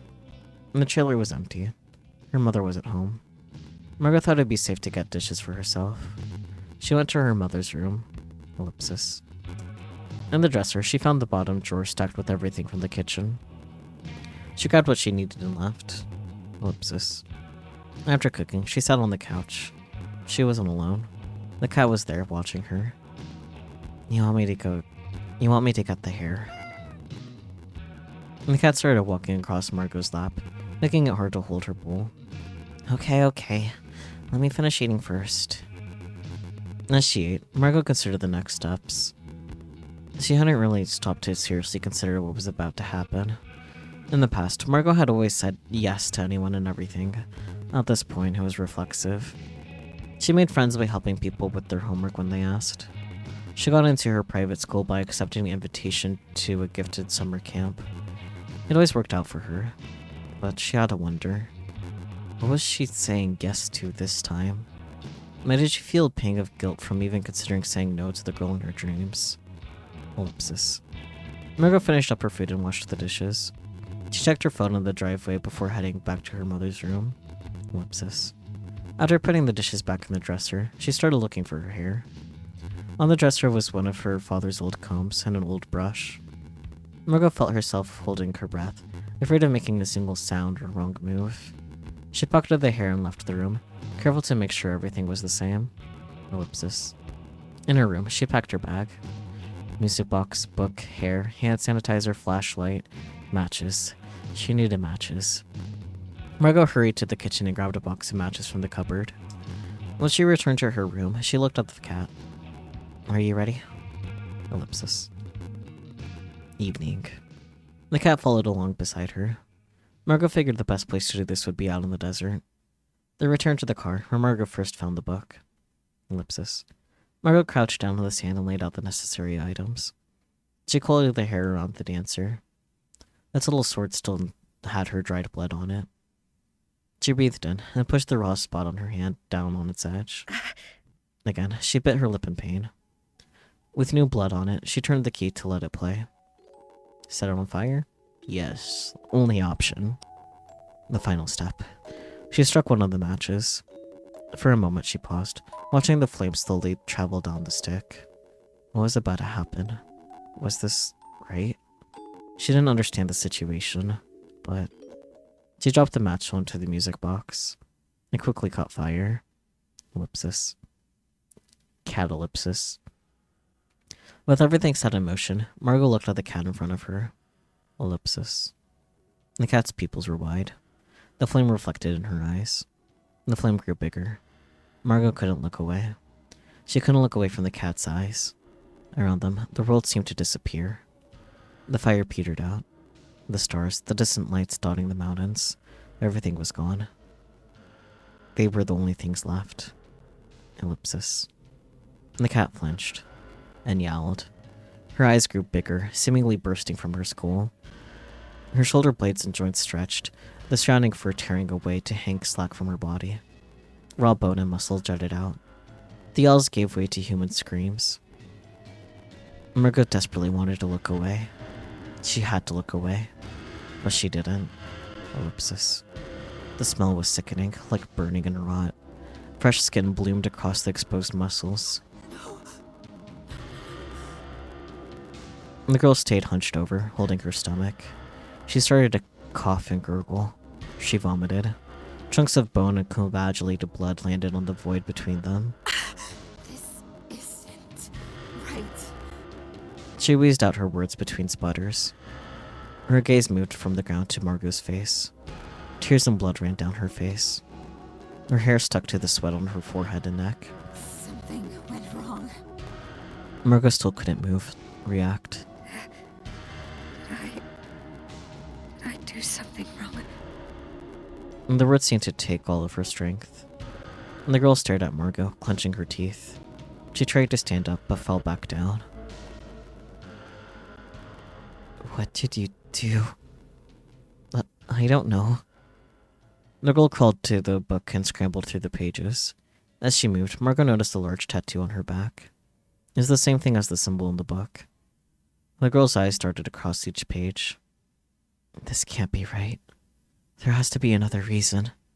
She shut the book and wobbled again to her feet. Her knees shook as she stumbled to Margot. Margot wanted to move away as the girl placed her hands on Margot's shoulders. Margot could still smell the blood on her. The girl slowly inspected Margot's face. Ellipsis. She turned away and started slowly walking. We're heading back. Margot came back to her senses. Wait, but you're... The girl shook her head. No one else can see me. Thanks to you, I hardly exist. Ellipsis. Night. The lights were still off. The girl locked herself in the bathroom. Margot went to her bedroom. She felt too shell-shocked to do anything besides sit on her bed and wait. Ellipsis. The door cracked open. Margot quickly wiped her face. The girl walked in, then grabbed the book from Margot's bag. Margot quietly watched as she started flipping through it again. The girl looked from her book to Margot and back to her book. Finally, she looked up, visibly exasperated. This is ridiculous. I can only find one reason for this happening. I guess I'll start by asking. Do you have a soul? What? I guess. I'm not dead or anything. And the girl sighed to herself. Maybe your memory was erased.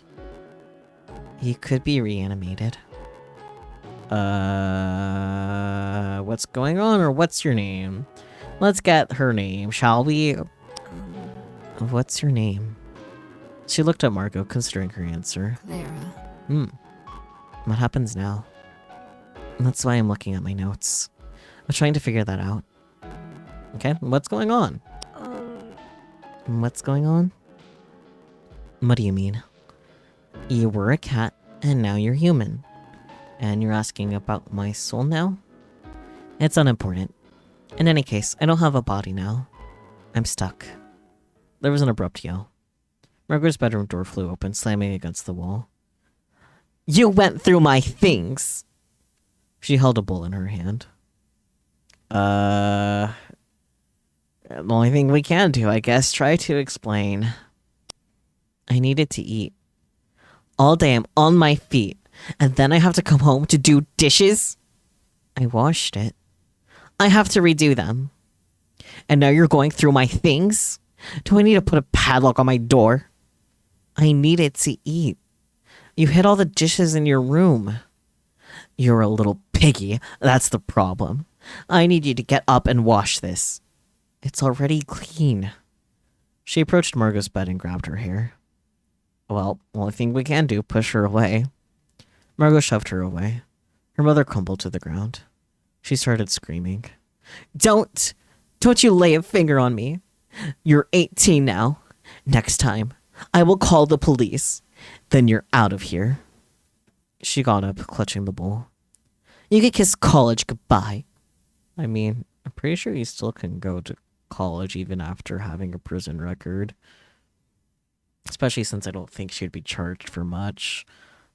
Anyways, she slammed the door shut. Ellipsis. In a daze, Margot collapsed onto her bed. Another one. But awful. Felt that in my throat. I need my throat for all this reading. I must sneeze. Her scalp throbbed. Her ears were ringing. Through the thin walls, she could hear the sink in the kitchen running. The sound of her mother cursing over and over under her breath about what would happen next time. Honestly, the way that the mom feels the need to, like, clean the dishes even after they've been cleaned by Margot, like, it's giving OCD, but, like, she's being a bitch about it. All Margot could do was wait for it to end. You also thought OCD. Glad we're on the same page. Ellipsis. Clara was gone again. Just like when she was a cat. June 17th. Wednesday morning. In the morning, Margot quickly got ready. There was no sign of the cat. Or was it Clara now? She wasn't hungry. She rushed past her mother in the living room and headed to work. She didn't want to give herself a moment alone with her mother, nor time to think about the night before. Ellipsis. Work. She had to keep her mind off of things. She had to compartmentalize. Thinking about the blood, the screaming, she couldn't let herself lose focus. Forcing herself to forget about her troubles is what got her into private school after all. She sifted through paperwork. Her free hand combed through her hair, finding more loose clumps. She didn't realize how hard her mother had pulled at her hair. A sizable amount piled up on the floor next to her. Would it leave her with a bald spot? And yet another permanent visible scar. Another thing she needed to distract herself from. She closed the file on the desk. Maybe she could try talking to a resident. Ellipsis. Margot and Erica sat with one of the residents in the lounge. Gina, this is Margot. She's helping me out for the summer. No, nice to meet you. I don't know if you've heard about this, Margot, but Gina's receiving a Congressional Gold Medal next month. Huh? What's that? It's the High Civilian Award. She was in the WASP program. Gina waved her hand. Margot politely smiled, not wanting to ask 2 questions in a row. Erica, you've bragged about me to everyone here. It's impressive. It makes you a celebrity. Gina chuckled. I just did what I had to do. Margot shyly listened as the two bantered. Ellipsis.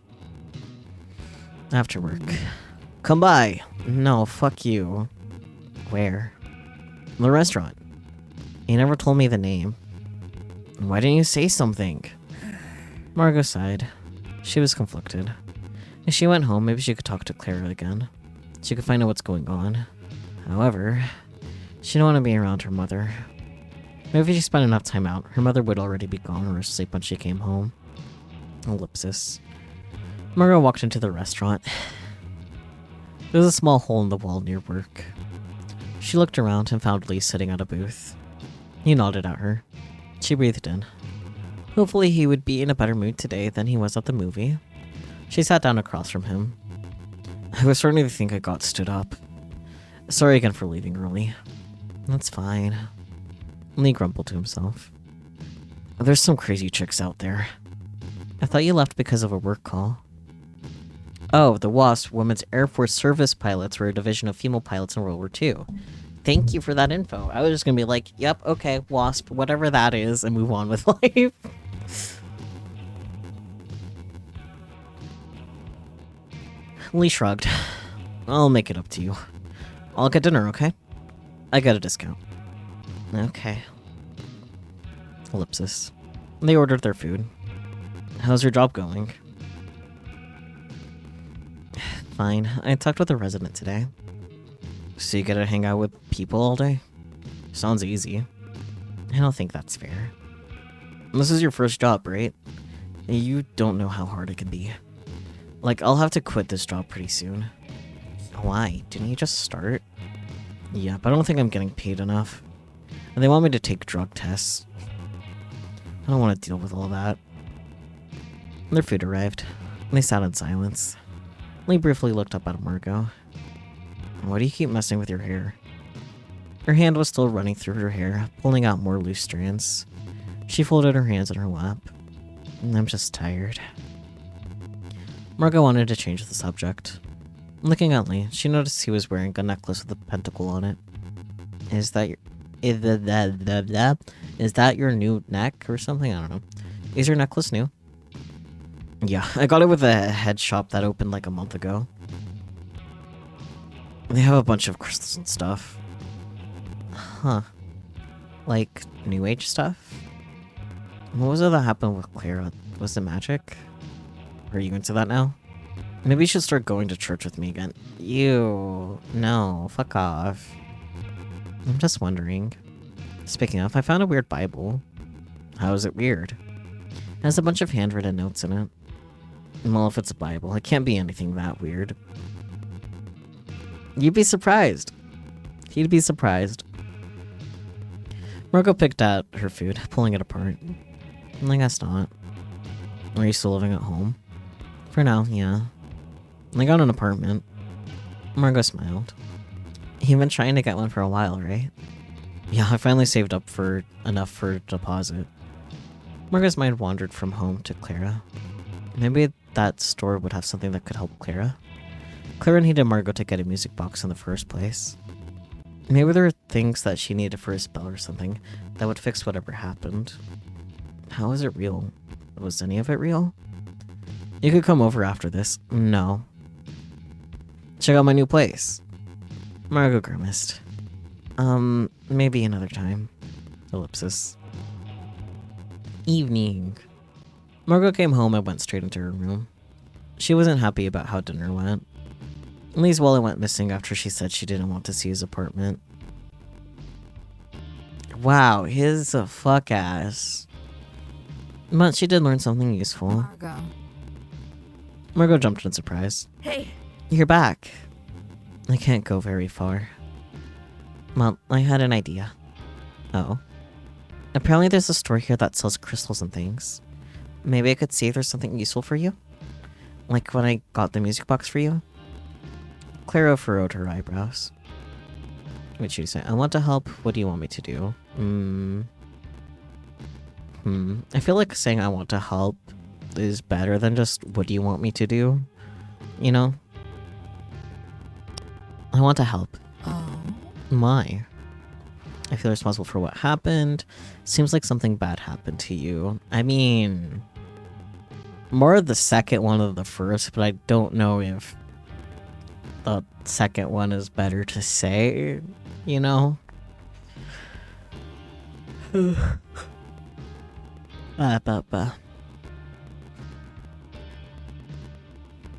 go for the first one.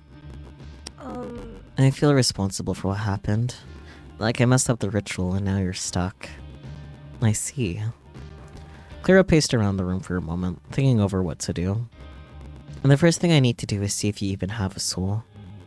Get a clear quartz disc from that store of yours. And I need an instant camera. Okay. Clara stopped in front of the door. And that's enough for you to start with. Let me know when you have the materials. With that, she was gone. June 18th. Thursday morning. Margot needed to focus on work, but her mind kept drifting. She knew she needed to get the quartz for Clara, but why? How would she have or not have a soul? How did that work? All Margo could think of was fairy tales about people selling their soul to the devil. She sighed to herself. After what she had seen this week, maybe the stories didn't seem so outlandish. Ellipsis. There's a knock at the door. Hey, Hey! How's work? Hi. Hi, good right now. Do you need help? Not really. My mom's here for a visit. I thought I'd stop by and see if you're free today. I wanted to check out downtown. Go downtown with Beck? I mean, 2 birds, 1 stone? Sure. Yeah. Yeah, that sounds fun. Beck smiled. Great. I'll see you later then. With that, she left. Ellipsis. Later, Margo met with Gina in the lounge. Margo, so nice to see you again. Though you were rather quiet last time. Sorry. Sorry, I had some questions, but I didn't want to interrupt. What's on your mind? Margo twisted her hair between her fingers. Oh, Faust is indeed about a guy selling his soul to the devil. Yeah, but I don't know how that connects to Margo yet, so... I don't know a lot about the military. What's a WASP? Erica said that was a big accomplishment. Oh, it stands for Women Air Force Service Pilots. We were a group that helped the Air Force during World War II. Oh wow, what sort of things did you do? Mainly transportation and target practice. Target practice? Yes, I towed the targets for anti-aircraft gun practice. Seriously? Ellipsis. After talking for a while, Margo checked the time. She had to get ready to head out. Feel free to talk anytime. And so you know, I used to be a teacher. Don't be shy about asking questions next time. Aw. Margo smiled. I'll do my best. Ellipsis. After work, Margo and Beck met up and walked around the square.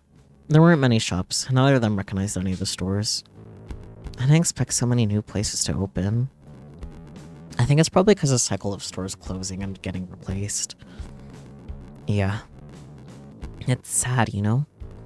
Everyone I've talked to has said they're looking forward to moving. Even the new mall looked empty. What do you think will happen to this town? I don't know. The weather here is miserable anyway. I'm surprised people want to leave. Aren't you the one who keeps inviting me to do stuff outside? I can't help that I like the outdoors.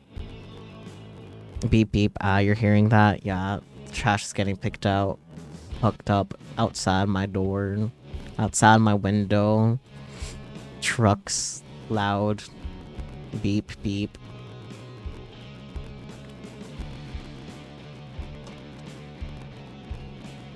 In case there was any doubt about how loud trash trucks can be.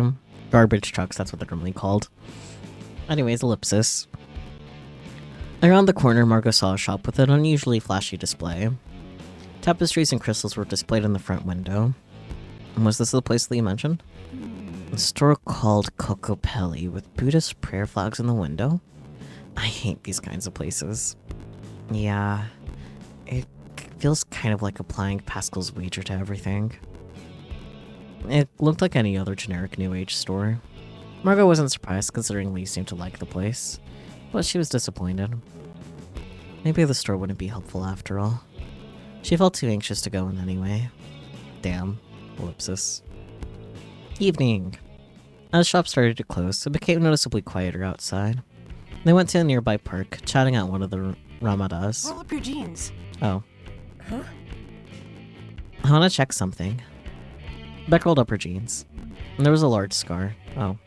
Margo complied and rolled up her jeans. Her knees were covered in several small scars. I mentioned it when we were texting, that we were kids. I wanted to touch knees so we could be blood bonded. And because you thought I was a vampire. Beck laughed. Of course, the most important part. The blood bond.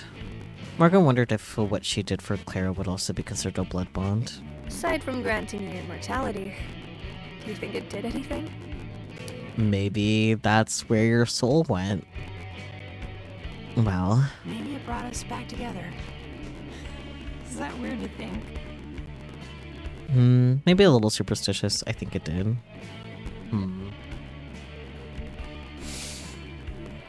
Herm.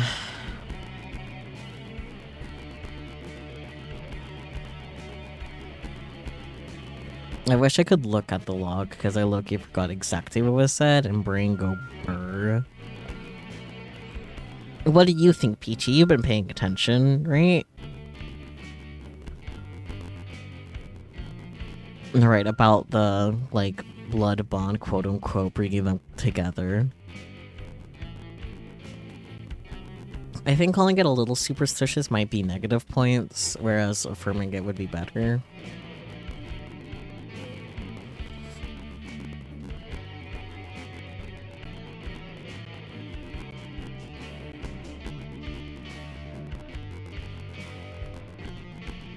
Herm.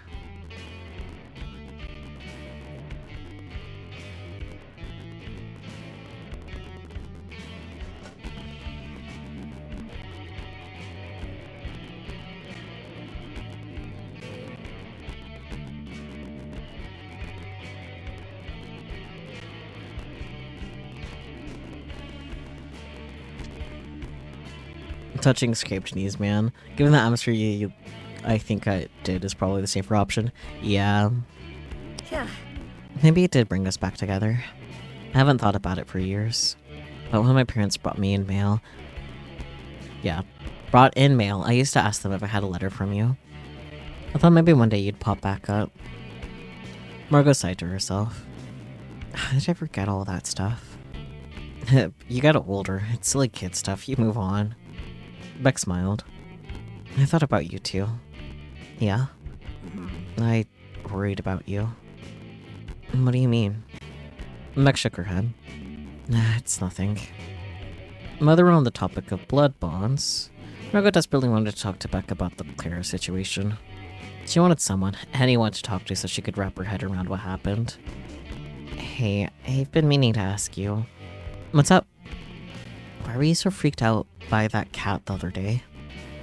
How do I explain? You know how sometimes dogs have human eyes? Sure. That's what that cat was like. That cat was like a dog with human eyes? Yes, exactly. Ellipsis. Night. Margot came home.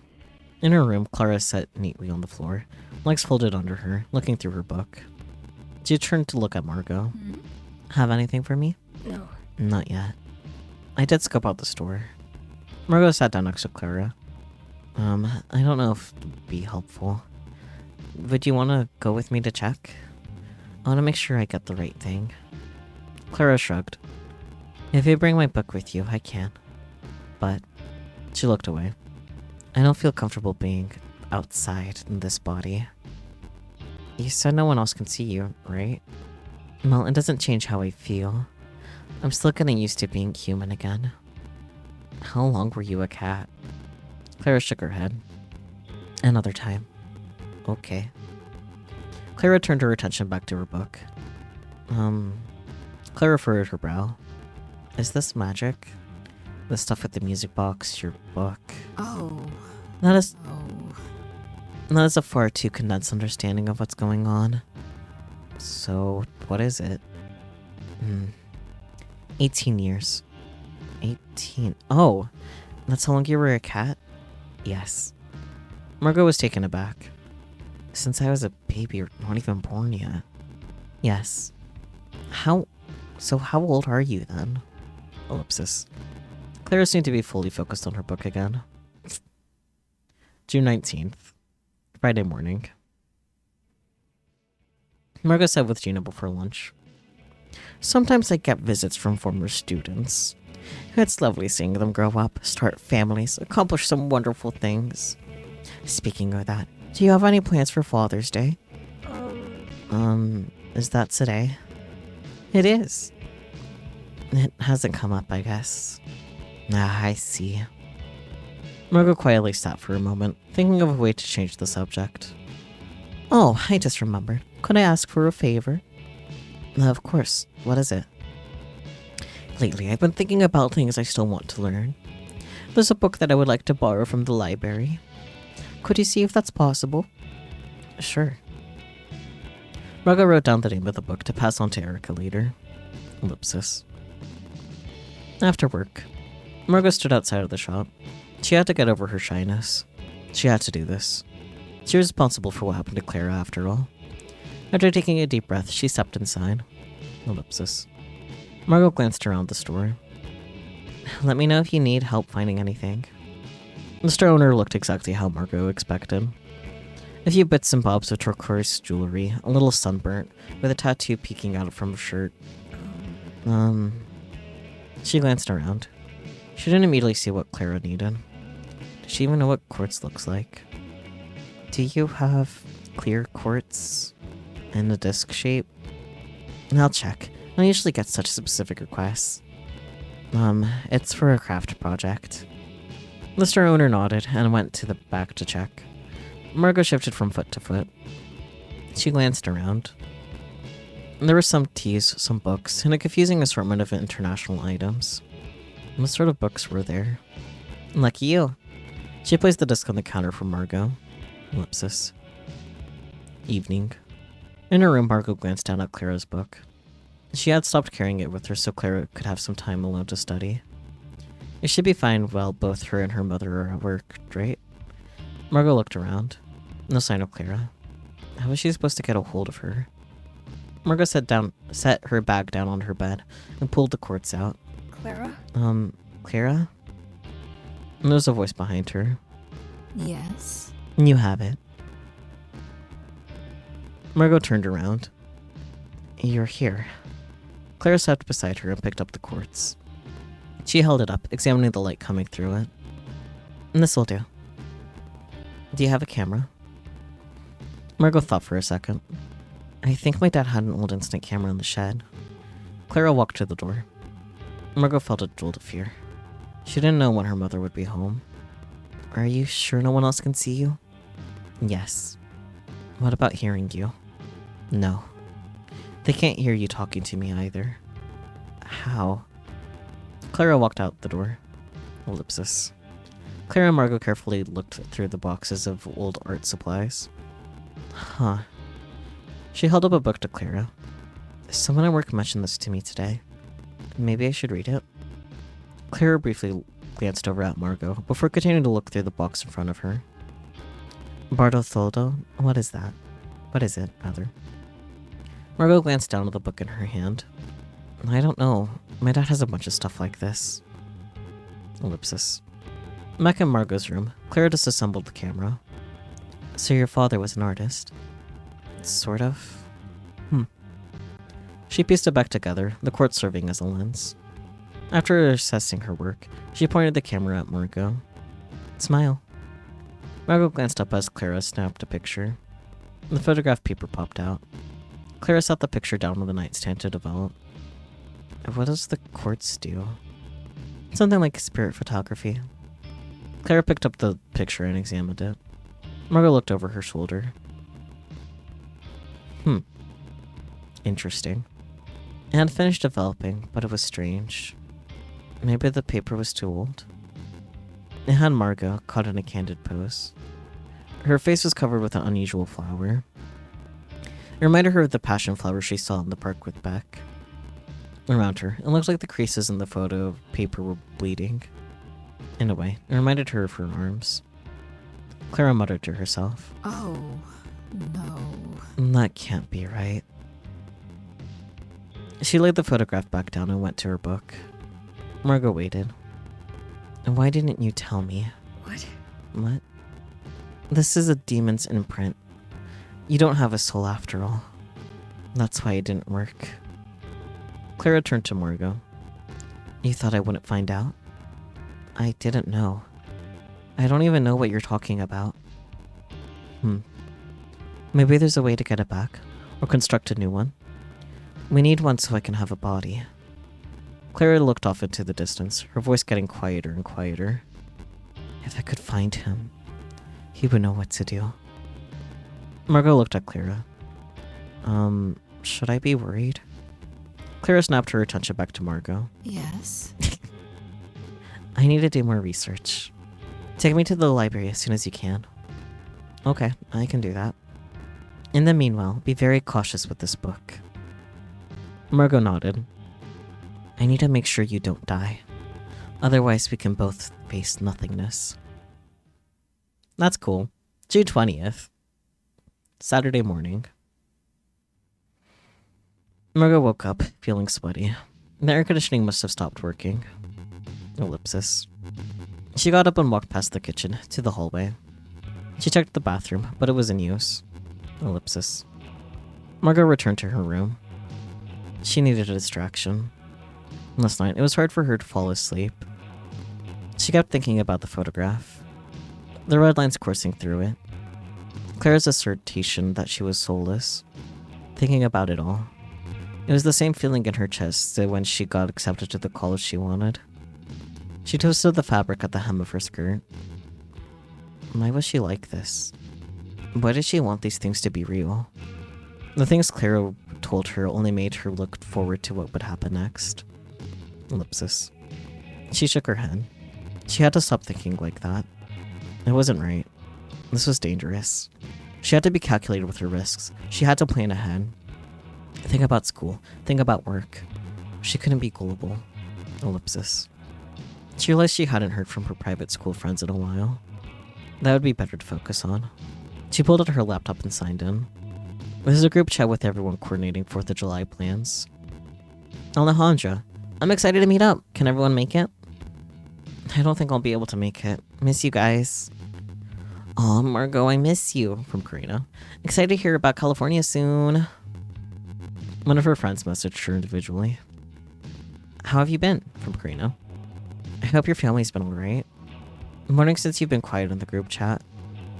I've been okay, just busy with work. Been slacking on checking my messages, lol. There was one more unread message. Helen. Wanted to ask again if you know Victor Silva. My mom passed away a few years ago, so I only want closure. I don't want to bother you. Let me know if I have the wrong person. Margot stared at her screen. What could she say? At some point, she had to try again to ask her mother. Ellipsis. Margot checked the bathroom again. This time, it was free. She went in. Ellipsis. Margot looked at herself in the bathroom mirror. Her hair looked matted from the sweat. She hopped into the shower and scrubbed away, comparing it to the dorm showers. Here, the same rusted pliers and large metal can still were in the room. After all these years, the tub knobs were still broken, and the toilet still had to be manually flushed. Well, it beat wearing flip-flops in the shower and walking down the dorm hallway in a wet towel. Ellipsis. Through the running water, she heard footsteps. They stopped outside the door. The doorknob rattled. Margot didn't think to lock it. You need to finish your shower. I can't, there's still soap. Now. Turn off the water. I can't. I'm not done. Her mother yanked back the shower curtain, startling Margot. Margot leaned against the wall, scrambling to cover herself with her hands. What are you doing? Her mother's expression did not change. I can't afford you running the water day and night. Her mother reached for the handle. Margot reached for it as well, their arms gliding. The pliers slid off the edge and into the tub, jabbing into her foot. Oof. So, you're back to your old habits. This is your last warning. If you hit me ever again, I will call the police. Blood trickled from her foot, mixing into the water. Her mother looked down, lip twisting with revulsion. Clean that up. I'm not touching that. Ellipsis. Noon. She couldn't stay here. She couldn't stay here. I could go for a walk. She couldn't stay here. I could text someone. Margot carefully placed a bandage on her foot. Clara mentioned wanting to go to the library, right? And Beck always seemed happy to see Margot. Clara or Beck? Oof. Options. And why is her mom so awful? Because... Next question. I'm torn because I like Clara and Beck both. I feel like I like Beck a little bit more though. But I don't want to I don't know, get too far off track for the objective of Clara. I don't know. But Beck is cool. But Beck could be part of the problem with the whole devils thing and not having a soul for Margot.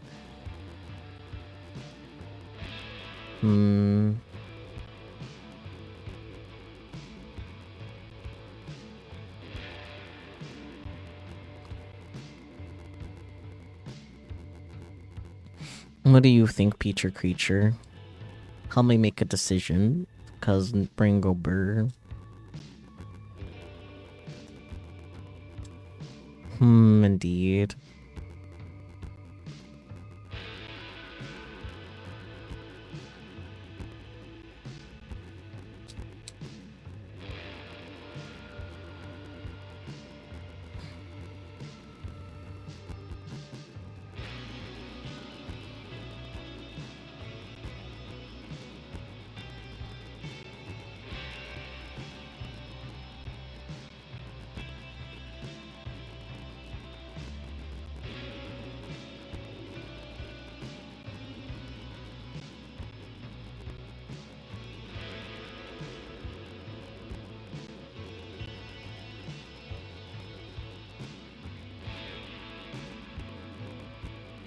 I think I'm still a little more inclined to Beck, but... You like Beck too? You're hoping Clara will eventually tell us more about what's going on? That's fair.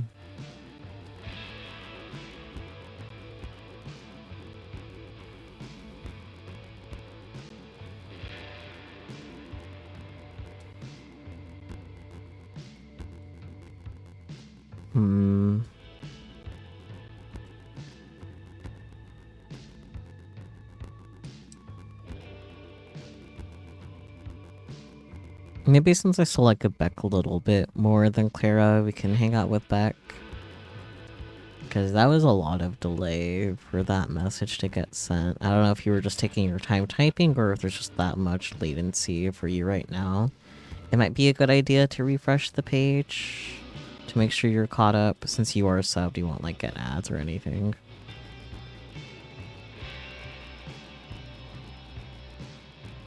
You can talk to Beck, you'll refresh it. Okay. Beck time in the meantime. Margot breathed deeply. She'll just text Beck and I'll be fine. Hey, are you free today? Yes. I was just thinking about texting you. What's up? I wanted to see if you could hang out. I don't have any plans in mind. Want to come over? We can spend the night too if you want. Or you can spend the night too. Sure.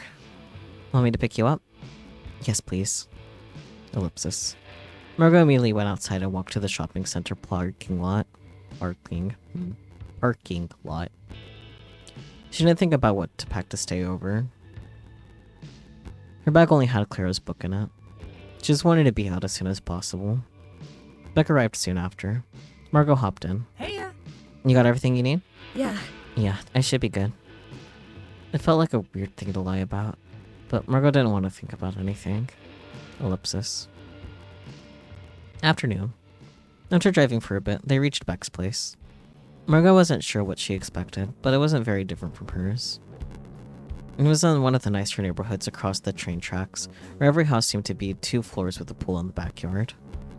Margot realized, considering Beck's car, she shouldn't be that surprised. Yeah, that's fair. Wow, your house looks really nice. Thanks, it's my mom's. Ellipsis. Inside, Beck's house bordered on 2 cold. Beck's mother greeted them in the living room. She had her laptop with her on the couch. Hey, girls. Wow, it's nice to see you again, Margot. It's been a long time. You were a little girl the last time I saw you. Margot came over to shake her hand. She vaguely remembered seeing Beck's mother once or twice as a child. Hi. Nice to see you too. Thank you for having me over. Of course. Let me know if you need anything. I'm just going to check some work emails. She got up, taking her laptop to another room. Margot turned to Beck. Should I put my bag in your room? Yeah, I'll show you where it is. They went up the stairs. Ellipsis. Beck opened the door to her room and ushered Margot in. After you? Much like the rest of the house, her room felt huge. She had a computer desk in the corner and what looked like a walk-in closet. It seems surprisingly tidy and soft.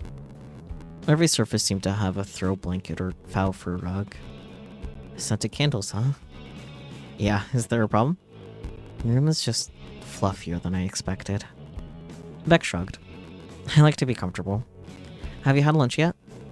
No. I can make something. Like what? Whatever you want. How about pizza? Okay. Ellipsis. They went back downstairs and Beck started mixing and chopping. For pizza? Margot sat down at the bar seating in the kitchen. What are you doing? Making a pizza. Margot looked at the pile of chopped up cheese and vegetables and the dough Beck was mixing. Damn. From scratch? Of course, it's easy. You don't have to do all that for me. Beck rolls her eyes. I know I don't have to. I want to. Do you at least want help? Nope. Margot watched. Beck seemed so automatic. Margot didn't think she even looked at her recipe. Once the pizza was in the oven, Beck came over to sit next to Margot. Where did you even learn to cook like that? I just like trying out new recipes. Usually I think of something I like and see if I can make it. That's so cool. I wish I could cook. I could teach you? Yeah? If you could learn one thing to make, what would it be? Margot thought about it for a moment. She remembered for one of her vacations from school, her mother was in a particularly cheerful mood. Well, there was one time my mom made sopa. Soup? No, I don't remember the full name. It's like a Portuguese beef stew. Where did your mom find a recipe like that? Her family immigrated from there. She said her aunt used to make it for holidays. Oh, cool. My mom tried to make Korean food a few times, but couldn't find all the ingredients. It came out different. Yeah, there's some stuff my mom only gets when we're visiting relatives in California. Hey, same. Ellipsis. When the pizza was done, they went back to Beck's room.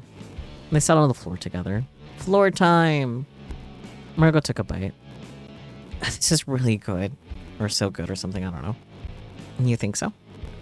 This might be the best pizza I've ever had. They ate in silence for a moment. Beck? Hey, Beck?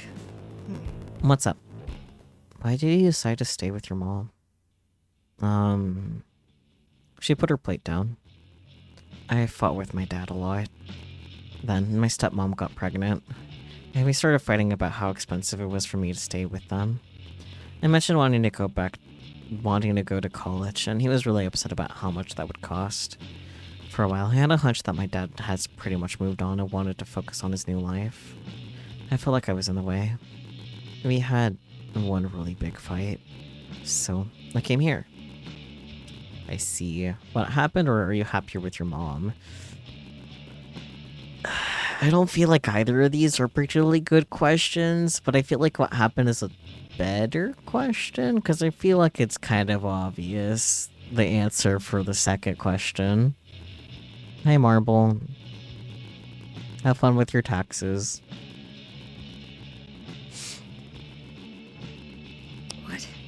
What happened? I don't know, just dumb stuff. Just arguing about dumb stuff.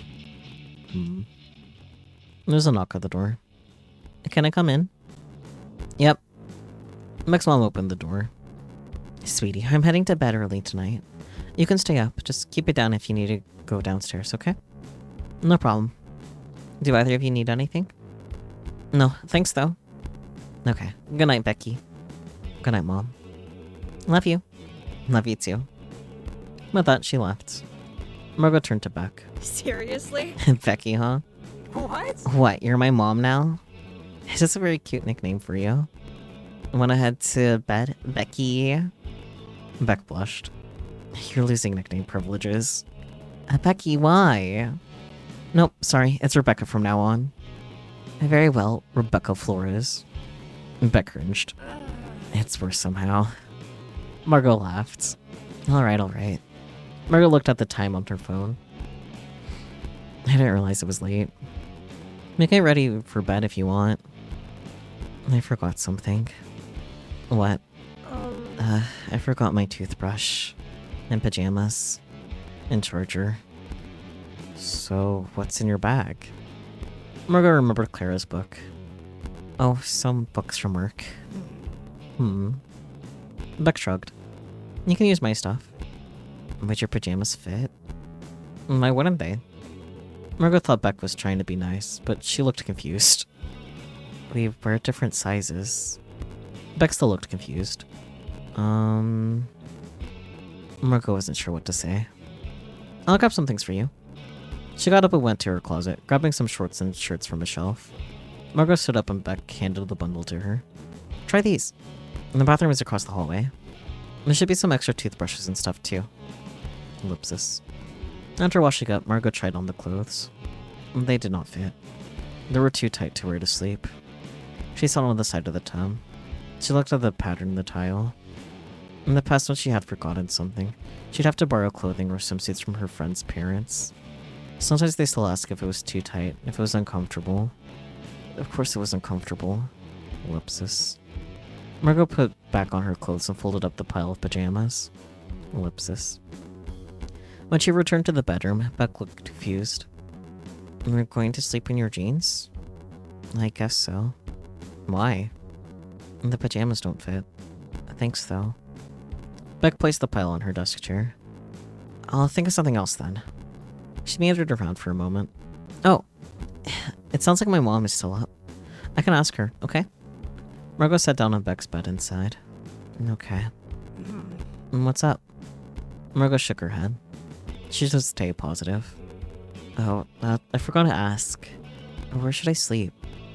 Either here or in the guest room, up to you. I mean... Beck's room would be nice. Well... Is it okay if I sleep here? Of course. I prefer that. Margot's face felt warm. Ellipsis. After Beck borrowed pajamas from her mother for Margot, they laid down. Ellipsis. Margot stared across the room. She had slept over at a friend's houses before. In the same bed, even with friends who turned out to be cuddlers. Why did it feel different this time? Margot focused on every sound she made. Was she breathing too loud? Was she adjusting too much to get comfortable? Ellipsis. She tried to relax. Ellipsis. Margot listened to the sound of the blankets shifting. Beck rolled over. Margot felt Beck's hand on her waist. Cute. Hey.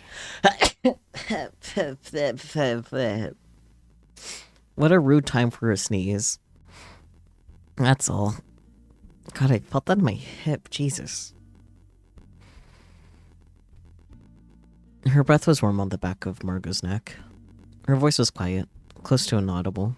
Thanks for listening to me earlier. The way the bun kind of bounces around when I sneeze is unfortunately cute. I mean, it is a bun that is squishy, so understandable. Margot slowly moved her hand. She reached out, touching her fingertips to Beck's. Cute. Ellipsis. Longer ellipsis. Regular size ellipsis. Another strange dream. Margot wondered why she had suddenly so many lucid dreams. She thought it had been because of Clara, but she didn't see her this time. Oh, we can examine the living room, apparently. The other difference is that, this time, Margot didn't feel like she was simply sitting up in her room. This was the living room. It didn't feel like the actual place. This one was larger, distorted. The lights were off, but the curtains on the door and windows were open. By moonlight, Margot could see the details of the room. Ellipsis. There was the sound of crickets in the distance. Were her parents around? Hello? Ellipsis. Mom? Dad? Margot shook her head. Out of habit, she called for her father. Will that ever change? Ellipsis. Bedroom, parents' room, or bathroom? Bathroom, I guess? Ellipsis. Margot went to the hallway. She turned the knob of the bathroom door. Her tentative touch seemed to be enough for the door to open. Ellipsis. Unlike the living room, it was dark. The window was eerily bright, but did not illuminate the space. What do you want to do? Look in the bathroom or go back to the hallway? guess look into the ominous void that is now the bathroom. Mom. All the other doors seem to be closed. Was she really having a dream about being all alone in a locked up home? Turn on the light first before stepping inside. Margot slid her hand along the inside wall, searching for the light switch. She felt the familiar shape and flipped it. The light bulb buzzed, flashed for a moment and popped. There would be no light. I guess we gotta step inside. Margot looked closer and stepped inside. Ellipsis. Something about the shapes in the bathroom seemed strange. There was the sink, the tub, the toilet in their usual spots. But something was blocking the tub. Are you in here? Margot squinted her eyes. For some reason, Margot always felt uneasy about the bathroom. When she was little, she used to think it was because it was haunted. Ellipsis. She noticed a strange smell. It started off musty, but the smell developed into something horrid. Margot held her hand to her nose. Bloody, or maybe like rotting meat. Margot felt cold. She stepped back. Let's call for Dad. Dad? There's no response. Mom? Mom? There's no response. Hello? Margot kept backing up. Ellipsis. There's pressure on her ankle. She looked down. Fingers. Raw, pulsing fingers wrapped around her ankle. She yanked her leg away. She needed to run. What was that? What was that in the bathroom? Its grip tightened. It pulled, slamming her to the ground. She reached out, clawing around for something to hold on to. Her arms scraped against the plywood on the floor. She held onto the door frame, trying not to get dragged into the bathroom. Into the tub. Ellipsis. She squeezed her eyes shut. She didn't want to see it. Please. Mom. Dad. Help. Something grabbed her hands. She couldn't maintain her grip on the door frame. She didn't want to look. Ellipsis. To see the thing wrapping around her hands. Ellipsis. Her arms were yanked forward, hard. She felt the pressure on her ankle release. Margot scrambled to her feet, opening her eyes. She ran into the living room. She could leave through the front door. But now, something was by the door. Ellipsis. There was a sound behind her. Coughing and retching. Margot turned. It was... More people were here. Ellipsis. There was a click at the door. Was it the lock? Ellipsis. Longer ellipsis. Regular ellipsis. June 21st. Sunday early morning. It was still dark outside. Margot could barely see around the room. There was arguing. She held still, listening. Beck was standing next to the bed. Her arms were folded, an eyebrow raised. Claire was in front of Beck, her arms stiff at her sides, hands balled into tight fists. You shouldn't have been there. Her voice was a low growl. You shouldn't have been able to see me. What are you? What do you want with Margot? Interesting. Clara, How do you know my name? you're that cat from Margot's neighborhood, aren't you? I knew I had a weird feeling that night. Don't change the subject. So, have you been following Margot or something? Why would I tell you anything? Beck shook her head. Clara sighed. She looked over at Margot. I know you're awake. Beck glanced down at Margot. Margot sheepishly sat up. Margot, get your stuff. Let's go. What? What's going on? What was that thing? I thought we had plenty of time to figure things out, but that was a ghost, a dangerous one. So it wasn't just a nightmare. It could have hurt her. We need to go to your house and figure out what to do. Why do you need her isolated? Since you could turn into animals, are you a witch or something? Speculating about me isn't going to help Margot. But maybe you know more than you're letting on, since you're able to talk to me. You really want to know why? It's because I have a blood bond with Margot. What? I thought it didn't mean anything, but obviously it does. What did Beck mean? Why would touching bloody knees together matter so much? Clara turned from Beck back to Margot. Margot, is that true? Any other blood bonds I should know about? Clara's tone was cutting. No. Margot thought these blood bonds were more symbolic than anything. Did her blood actually do something magical for Beck and Clara? How? Clara took a deep breath. Hey, you know what? It's fine. We need to focus on the present. Let's go. Come on. You can talk to her tomorrow, can't you? Seems a little weird that you can't discuss things in front of me. Why? It's a personal matter. I saw it too. But I think it's ultimately up to Margot. Beck smiled weakly at Margot. I trust whatever decision you make. Margot glanced between them. Her brain was still foggy from waking up, but she trusted Beck. That's why she wanted to stay at her house after all. However, Clara had a good point. How did their childish blood blonde make it so Beck could be in her dream or see Clara? Surely Clara actually knew what to do about the ghost in her dream.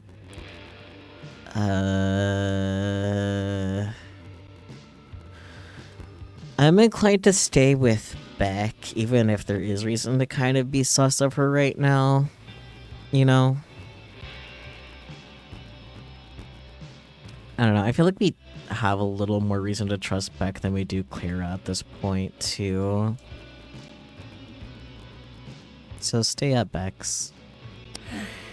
She had to trust Beck. She needed to believe there was a reasonable explanation. Margot turned to Clara. I'm sorry. Can we talk about this with Beck too? No. Okay. Clara turned away. Will I be safe in the meanwhile? Ellipsis. We'll talk later. I would like some time alone to think things over. Ellipsis.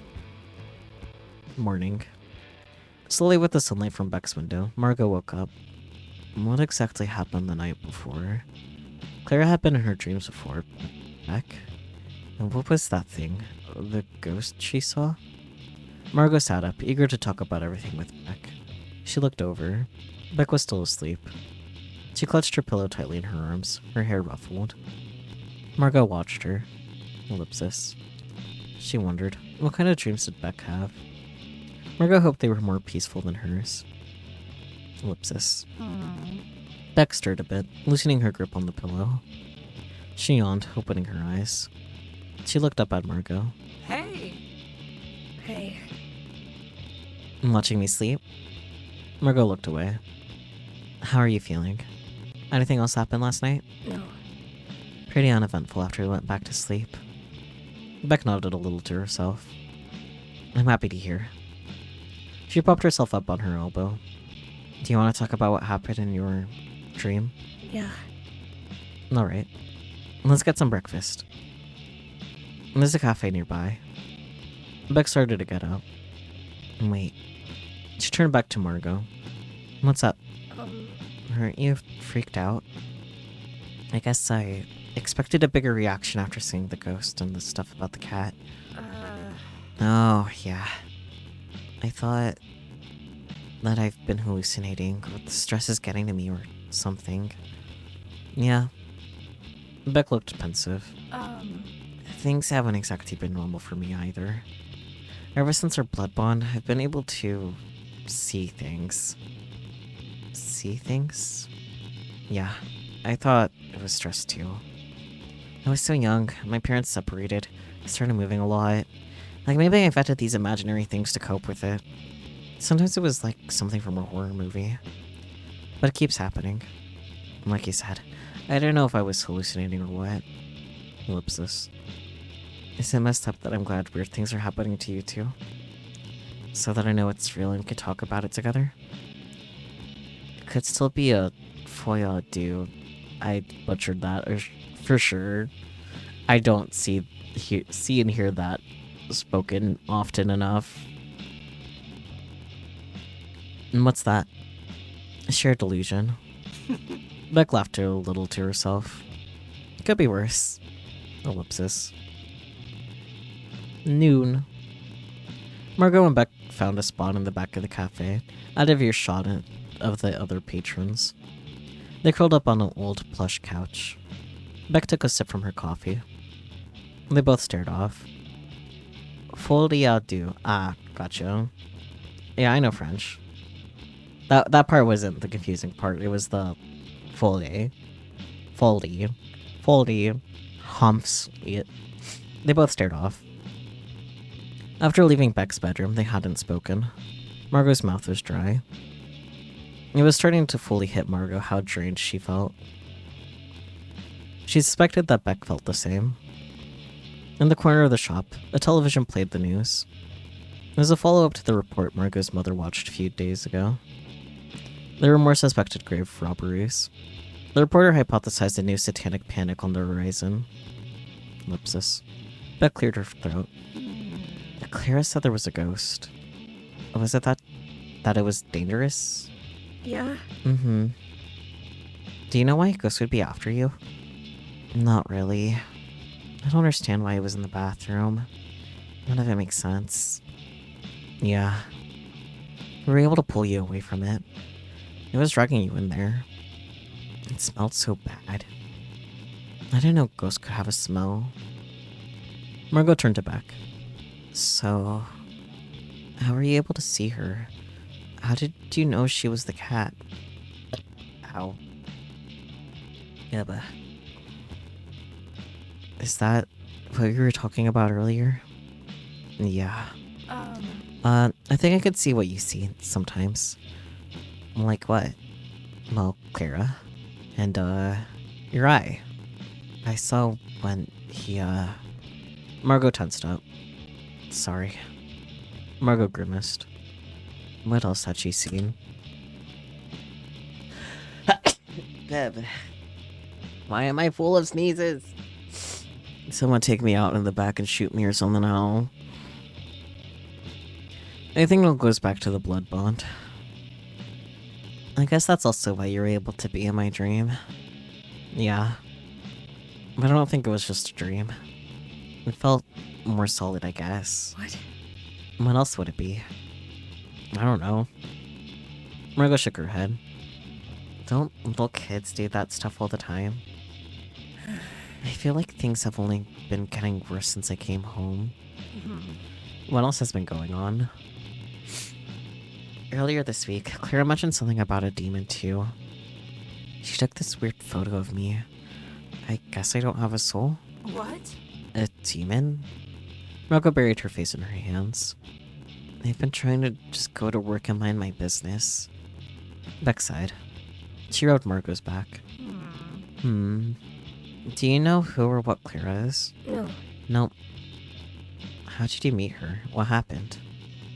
Margot chuckled darkly. When you already know everything?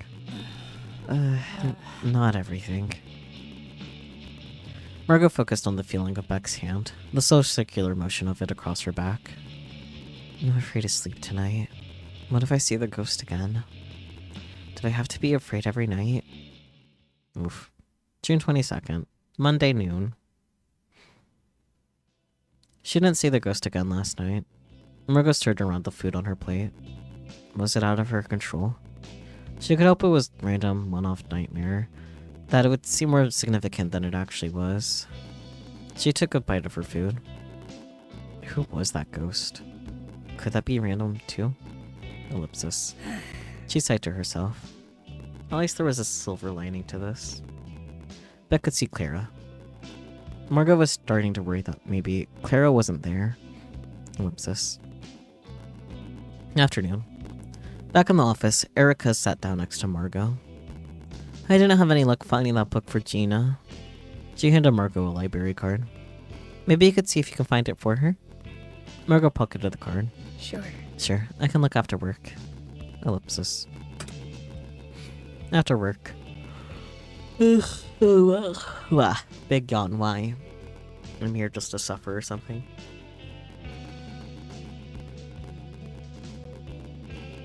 Margot sat down with the book. Why did Gina want to read the Bardo Tholdo? Margot skimmed the first page. The name translated to Liberation Through Hearing during the intermediate state. That's crazy, because it's like two silly words and then it translates to that. Crazy. From her cursory reading, it seemed to be an in-depth guide to death and rebirth. Margot furrowed her brows. Looks like a different version than the one in the shed. Margot bit her lip. You need to give me some warning before you just appear. I told you I wanted to go to the library. Margot rubbed her arm. Clara was not happy with her decision last night. She was surprised that Clara was even talking to her now.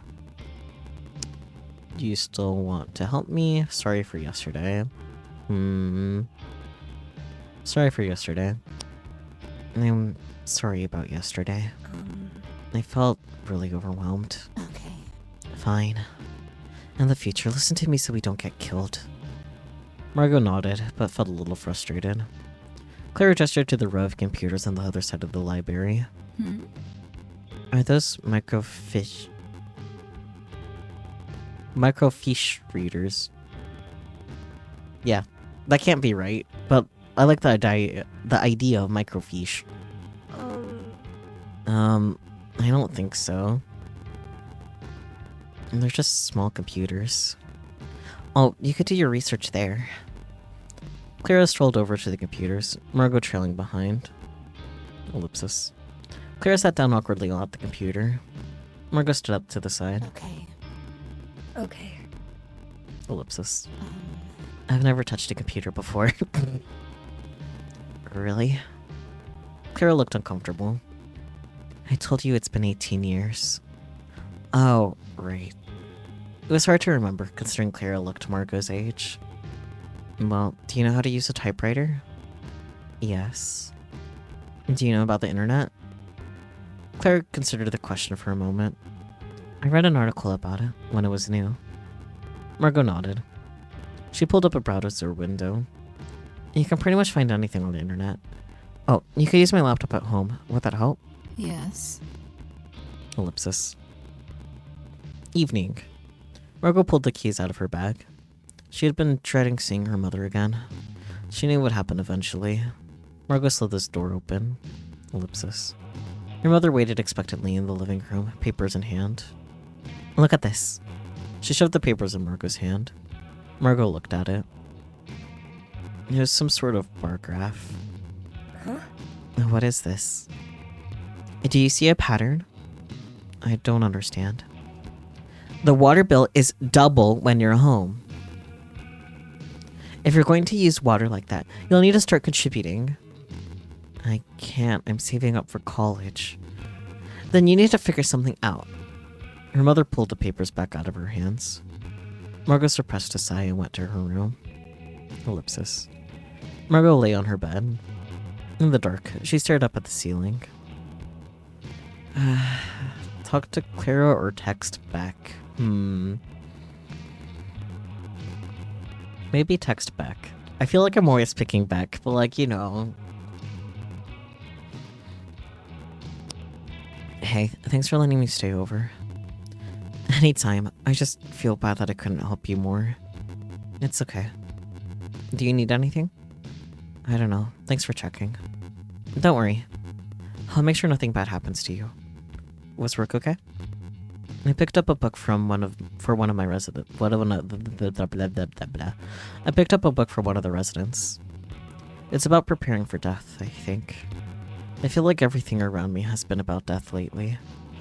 Same here. Because of me? No, other stuff. Ever had a near-death experience? Lol. No, but at this point I wouldn't be surprised if I do. What about you? Yeah. I don't recommend it. Tell us more back. Ellipsis. Longer ellipsis. Small ellipsis. Margot had never seen this apartment before. It looked older, almost like visiting her grandparents' home. The decor made her think of the 80s. Examine the living room, window, kitchen, or bathroom. The window does catch my attention, so let's start there. Margot pulled down a panel of the Venetian blinds covering the window. The plastic gave way and bent in half under her finger.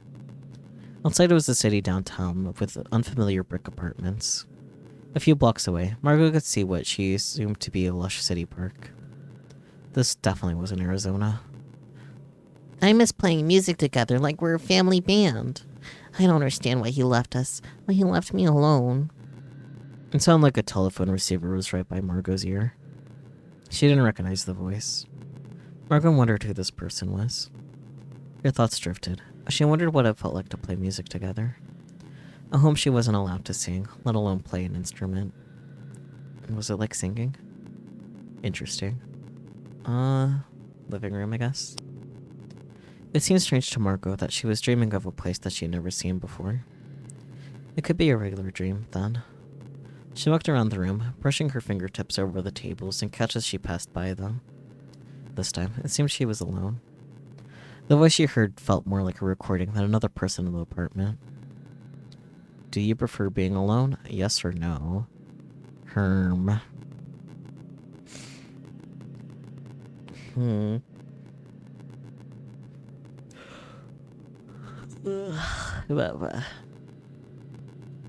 Where is the sometimes option instead of yes or no, man?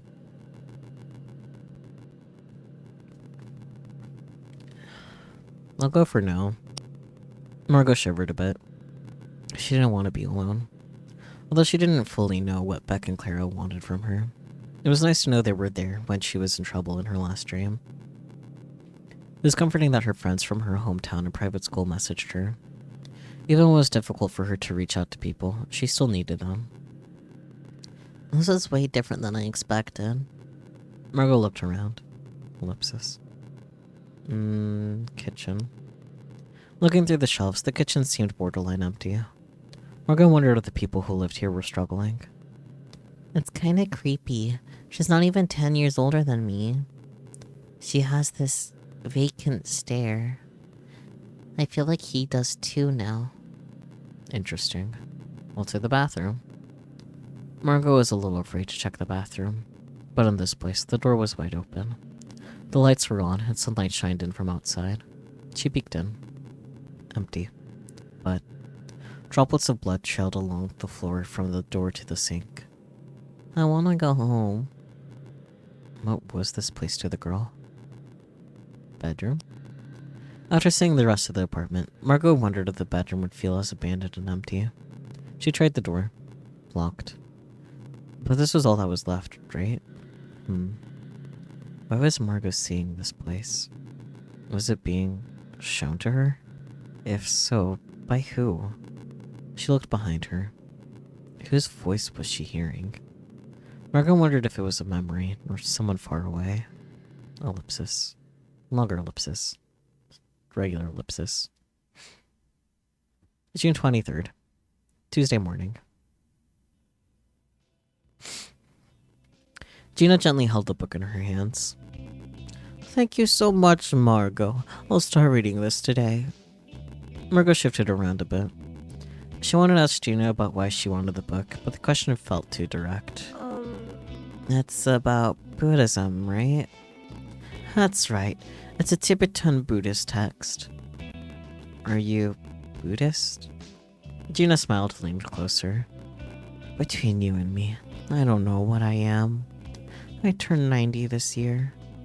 Felt like it was about time I start figuring things out. Margot smiled back. I'd like to hear about what you're reading, if that's okay. Ellipsis. After work, Margot thought about the group message. That was only Saturday, but it already felt like weeks ago. Even if she couldn't meet up with her private school friends, she should still message them. Ellipsis. Margot walked into her room and dropped her bag by the door. She looked at her nightstand, expecting to see her laptop. It sat on her bed, messages open. It was moved. Rather, everything in her room had been moved around and sifted through. What? Hello. I'm here. Did you... Clara waved her hand. I'll put everything back. Margot had left Clara's book in her room so she could use her laptop. But she didn't exactly expect every notebook, magazine, and textbook she owned to be strewn across the floor. Margot clenched her jaw. Clara ignored what do you think about the state of your room? Clara ignored what I said. Clara seems to be making herself at home. I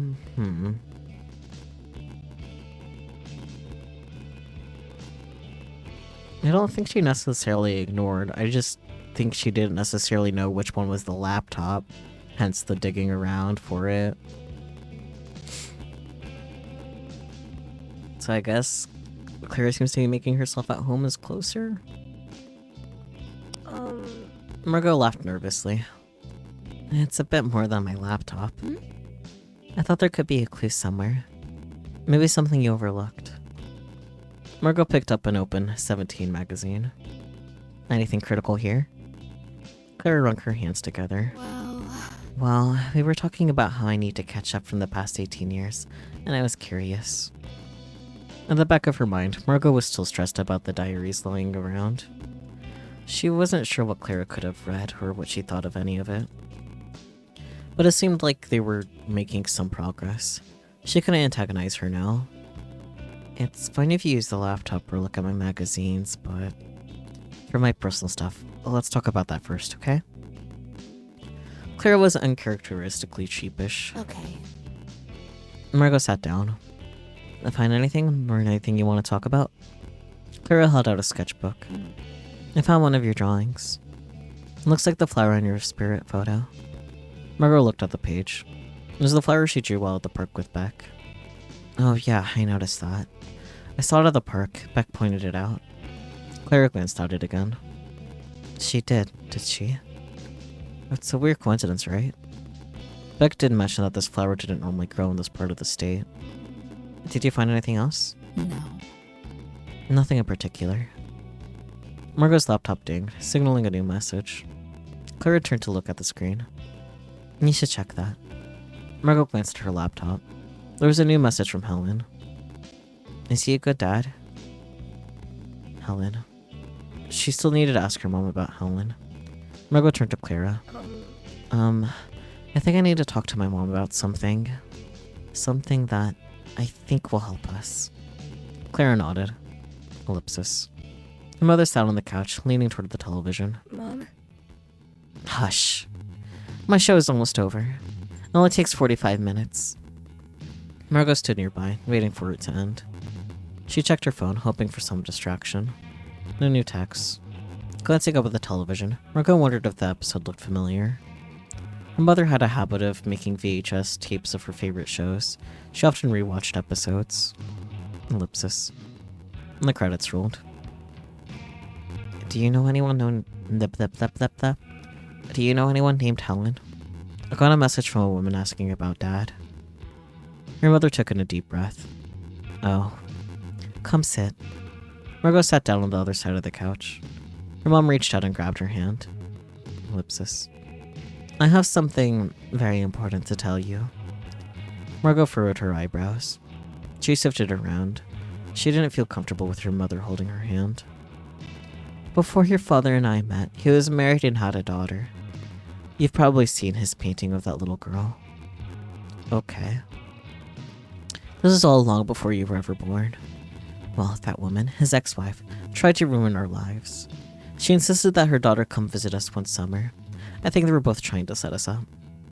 The whole time that little girl stayed with us, she kept fussing about how bored and homesick she was. I heard her talking on the phone to her mother about how much she didn't like me, conspiring against us. Then the next day, wouldn't you know it, CPS came knocking on our door to come get her. That little girl accused her father of assaulting her. Oof. Can you believe it? Margot fidgeted with her skirt with her free hand. It was so funny when the sprinklers went off on her and that CPS worker. Her bags were soaked. Oh god. But joke's on that little girl. Doctors had to perform all these invasive examinations on her for the court case. Bruh. All it did was prove that those two were liars. Her mother laughed. Bruh, I don't think a child would... I don't think they would do that. Go that far for the invasive procedures if it didn't actually happen. And rape kits do have failure rates. It felt like the contact with her hand was burning her. I bet she didn't expect that. Margot's stomach lurched. Why would her mother think that was funny? 'Cause your mom is sick and twisted. That woman, that little girl, tried to take everything away from us. Don't you dare talk to her. That one probably still wants child support. Margot had heard enough. Helen messaged me that her mom passed away years ago. Her mother raised an eyebrow. Oh. Good. What a bitch. Pot calling kettle black or something. I don't know. She finally let go of Margot's hand. Margot rubbed her hand against her jeans. I guess you can talk to her then. Her mother turned back to the television and started to rewind the VHS tape. Margot stood up. A painting? Ellipsis. It was getting dark, but Margot wanted to find the painting. Somehow the shed was already filled with a new layer of spider webs and dust. She carefully looked through the stack of canvases. Ellipsis. Eventually, she found one. There was an unfamiliar toddler sitting in a high chair. Was this Helen? She couldn't tell, mentally comparing it to Helen's profile picture. Oh, hello, Yami. Welcome in. How's it going? Margot set it aside. Ellipsis. In a back corner, there was a box of her father's old sketchbooks. It's going. That's fair. Pats you. She glanced over at it, wiping the sweat off her brow. Do you want to keep looking? I have what I need. I should keep looking. I mean, we're here. We might as well keep looking. Margot thought about what Clara said. She could keep looking through more things. Maybe there were more clues, drawings, photographs, something.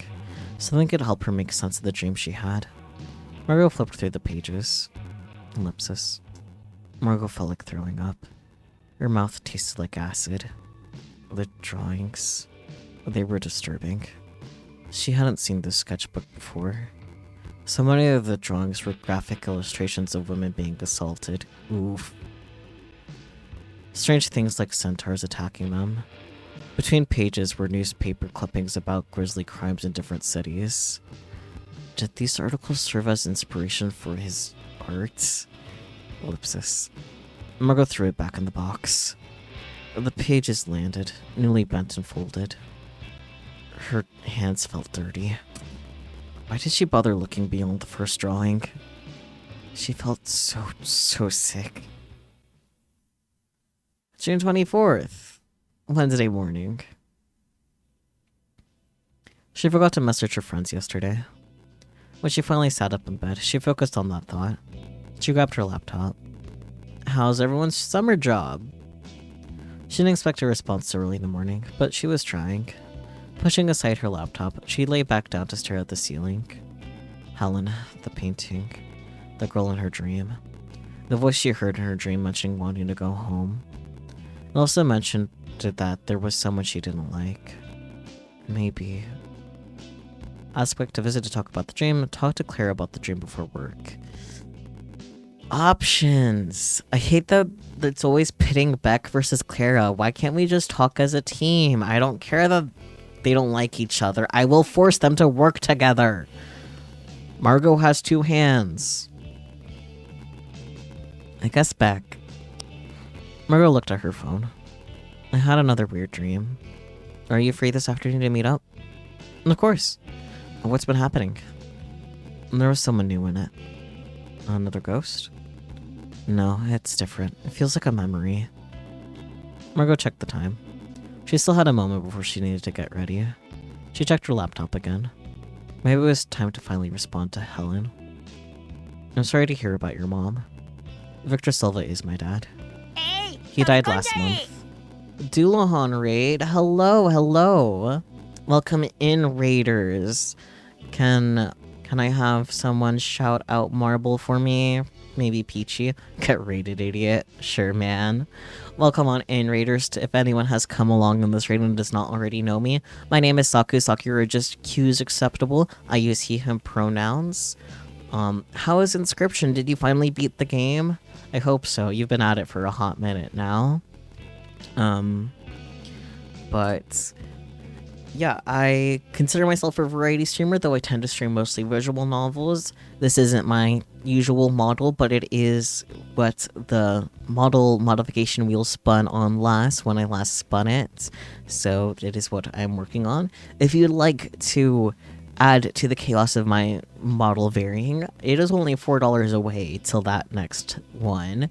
So that could be resolved by either subbing or tossing $4 to my cool fee, your choice.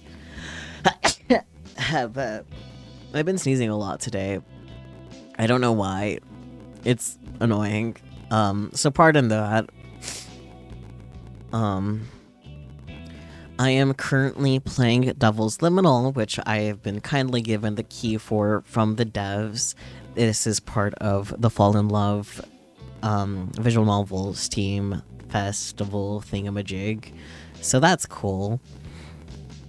I've been playing through multiple games that are on there during subathon thus far because that happened to line up well with my subathon. So yeah. That's what we're doing. I actually will be wrapping this game up soon-ish to get to our regularly scheduled Yakuza. So I'm not going to be finishing the game at all today. Might come back to it later. We will see. But yeah, if anyone needs to step aside for any reason, be it to like stretch or whatever, eat, sleep, there is no pressure to stay, but of course you're more than welcome to hang out and lurk, because I will be going until midnight PDT tonight. Unless, for whatever reason, Yakuza makes me have to go on longer. We'll see. But yeah, this has been pretty good so far. It's definitely been a slower burn compared to the other games I've been playing for this, so... But it's not a bad thing. It's just different, you know? But without further ado, back to this, where Margot's dad died last month. It only took a moment for Helen to respond. Wow, I can't believe this. I'm really sorry. I wish I messaged you sooner. I could have talked to him. What was he like? He kept to himself. You wouldn't have liked him. You would have liked him. I'm not sure she would have liked him. So, he kept to himself. He mostly kept to himself. He painted and read a lot. Margot closed her laptop. What more could she say? Ellipsis. She briefly thought about her mother's story. Didn't Helen visit them? Seemed like she didn't remember that trip. Maybe like Margot, she also had a poor memory of her childhood. Margot couldn't blame her for forgetting. Ellipsis. As Margot got ready, she thought about how nice it could be to have a new family member. Ellipsis. Noon. Margot checked her phone at lunch. She had a text from Nikki. Hey, I have an idea. What's up? He told me about your friend Beck. I want to meet her. You and me and Beck should go shopping. Sure. Sounds fun. I could text her. Okay. We could do Friday. I'll see what she says. Margot opens her text with Beck. You want to go to the mall with my friend Nikki and me? Yes. 1. Does Friday work? Yep. I guess I'll see you a lot this week. Margot put her phone away. Ellipsis. After work, Margot sat in her room and was quiet. Her mother was not home yet. Ellipsis. Sometimes in the quiet, it would sound like 2 voices were in the living room. They would talk about what she did wrong that day. They would talk about what she did wrong when she was a toddler. It didn't matter. They would go on and on throughout the whole night, talking about what a spiteful little bitch she is. How lucky she is to have them. No one else would ever put up with this. No one would ever... Ellipsis. She had to distract herself while waiting for Beck to arrive. She had a perfectly fine day. Why were her thoughts spiraling like this? Ellipsis. Margot opened her laptop. She decided to look at Helen's profile more. There was a photo album that included messages wishing her daughter a happy 18th birthday. She had a daughter the same age as Margot. Would they have anything in common? Maybe it'd be nice to be an aunt. Ellipsis. And there's a new message. Could I see some of his paintings? Sure, I'll see if I can take a photo of them later. My mom said he made one of you. Really? I'd love to see that. Could I talk to your mom? I wanted to ask her some things. I can ask. Margot felt uneasy. What would her mother say to Helen? Did Helen remember when she visited them after all? Margot wanted to turn the conversation around. Can you tell me more about yourself? It's not every day that I find out I have a sister. Margot waited for a moment. The responses stopped. Ellipsis. Margot looked around her room. It would be easier if she could just talk to her mother about Helen. Or talk to any adult about it, honestly. There was Erica at work. There was Gina. But that would be unprofessional. Margot laughed a bit to herself. How about Danny? He seemed chatty. Or how about the woman from the New Age store? Maybe she'd be willing to chat with Margot about her half-sister Ghost, Clara's book. Margot's phone vibrated. Beck was on her way to the park. Margot grabbed her bag and headed out. Ellipsis. Evening. At the park, Beck sat across from Margot. She eagerly leaned forward. Cool. I'm excited for them all. Yeah. Me too. What's Nikki like? She's really into sports. Loves animals. I'll avoid that topic. She doesn't have much of a filter. She asked me to see if you could come to the mall with us. We've been friends since middle school, so she likes to know what I'm up to. And make sure I haven't fallen in with the wrong crowd. I think she thinks you're a model. So you two should get along fine. What? A model, huh? He showed her a photo of me? Yep, she asked. Not much for shopping, but hanging out should be fun. Beck leaned back. So, what's been happening? I had a dream with a girl I've never seen or heard before. I've also been getting messages from a woman asking about my dad, so I talked to my mom about it.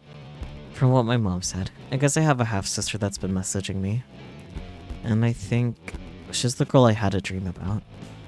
The half-sister? And your mom knew about it? It wasn't like...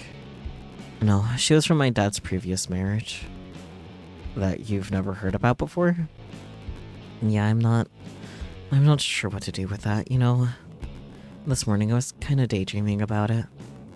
Maybe it's too optimistic to think, but what if we got to know each other really well? And she's really cool and nice, I guess? What if you could meet her? Yeah, that's what I was thinking. But there's still the ghost stuff. I haven't seen it since Saturday. I can't tell what it is and isn't related anymore. Or if it's just any and all weird stuff is happening to me right now. It has to be related, right? And maybe, but the dreams with her feel more like a memory. Margot shifted in her seat. Is it all related to the demon? Clara's saying I don't have a soul? You mentioned that a bit. And then there's my blood bond with you. That was years ago. Beck smiled weakly. I guess you need to worry about one thing at a time. Guess so. Speaking of, I wanted to ask you something. Yeah? Do you still see what I see? Since moving back here, not as much. Mainly just bits and pieces of your dreams, like the ghost of Clara. I feel like my memory gets really fuzzy, but I remember the important details. For example, that I should be afraid of that cat. Margot nodded. I don't know. I guess I felt really self-conscious about that. Yeah, I understand. If it's reassuring at all, it wasn't something I was actively doing. And, well, I'm here talking to you. I like you a lot. Hearing that, Margot blushed. I appreciate that. It was reassuring. Ellipsis. Night. After a while, Beck went home. Back in Margot's room, Clara was waiting. You smell awful. Were you with that girl? Beck? She smells like a corpse. Okay. I hope you're not talking to her still. I don't trust her. Clara sighed. I want to try something. She stood up from Margot's bed and picked something up. Margot watched as Clara checked every corner of the room. She shut the door and closed the curtains. Margot slipped off her jacket. Clara held a match to what she was holding, an incense stick that Margot hadn't seen before. She placed it on Margot's nightstand and then turned to her. Well, What is it? I want to see if you can induce a lucid dream. It's been a while since you've had a dream, hasn't it? Margot hesitated. She hadn't mentioned her most recent dream to Clara yet. I did have one recently. Clara frowned. what? You need to tell me these things. I meant to. Was the ghost in your dream? I don't think so. But someone else was there. I think it was my sister. You have a sister? Good. Maybe we can get a soul from her. What? What do you mean? Clara sat down on Margot's bed.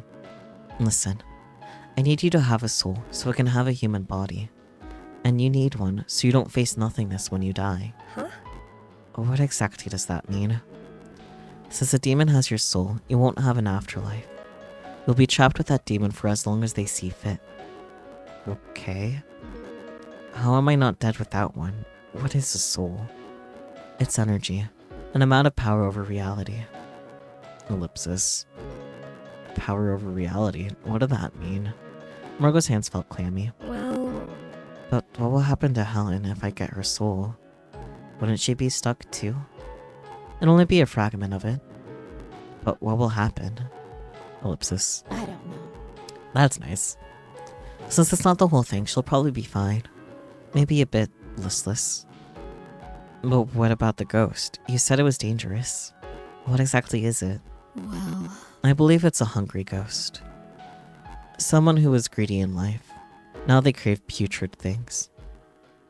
Maybe that's why there have been grave robberies. Yes. Usually they're only dangerous during the 7th lunar month. What do you think that means then? And maybe why you've only seen it in a dream. We have until September to figure out the ghost. In the meantime, I think it's another opportunity. Margot paced around. This doesn't feel right. Is this okay to do? hmm? What do you mean by okay? Morally right? Clara looked slightly amused. No one is keeping count. She patted the bed next to her. Come, lie down. Margot obliged. The moment her head hit the pillow, it felt like the room was spinning. Her doubts were still there, but the thoughts felt dulled and muddied. Stay focused on the sensation of your body and the smell of the incense. Her stomach turned, nausea building. Before she fell asleep, she thought about what Clara said. No one is keeping count. Interesting. Ellipsis. Longer ellipsis. Regular ellipsis. In the same apartment. Every time Margot turned her head, it felt like the room was slow motion moving around her. It almost felt like a normal dream.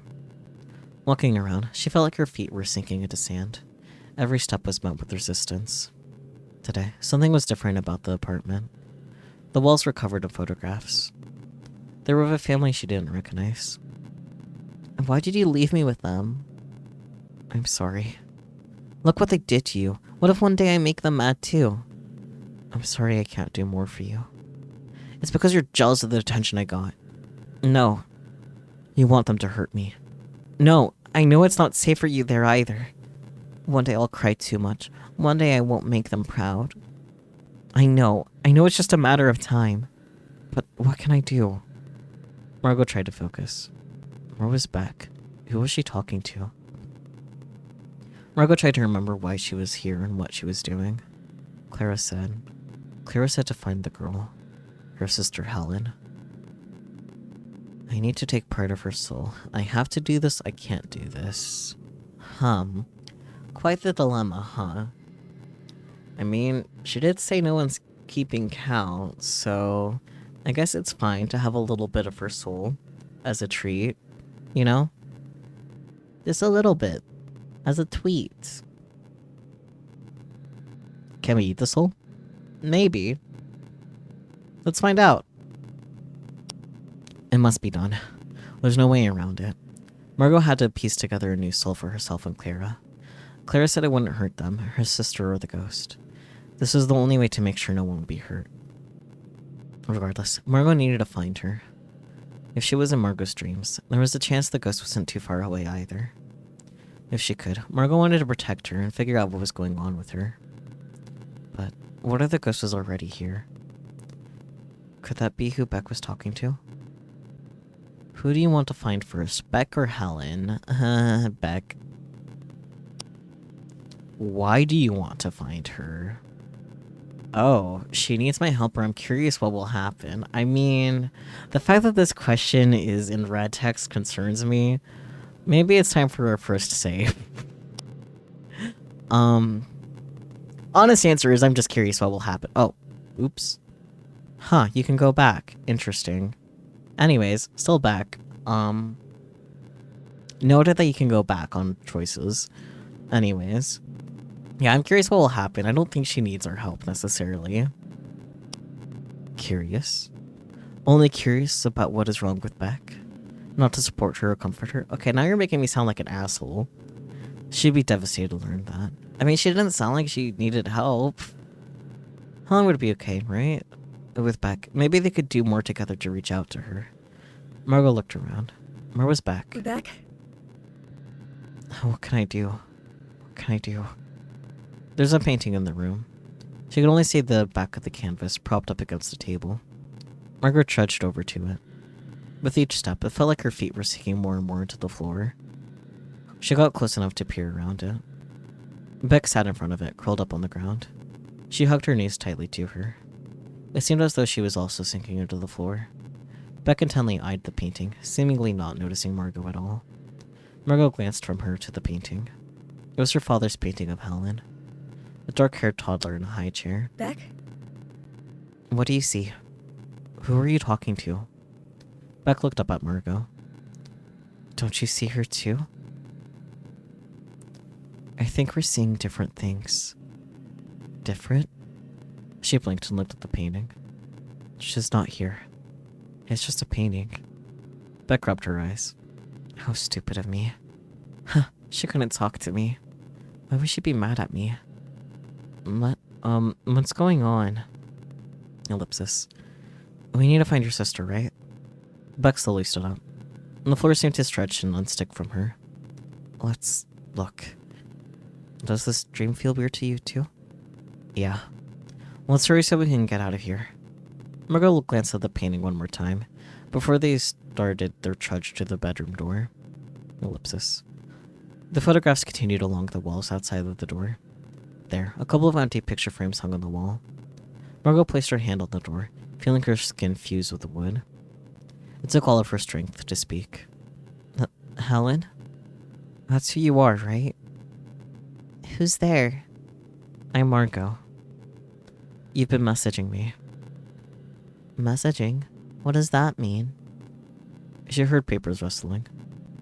Can you open the door? I can't find my photos. I'm trying to make a photo album, but I can't find my photos anywhere. Beck looked at the frames. If you open the door, I can help you find them. I can't find them. Where could they be? Where? Behind her, Margot heard footsteps. Startled, Beck turned around. What was that? She bristled at the sound. Could it be? Ellipsis.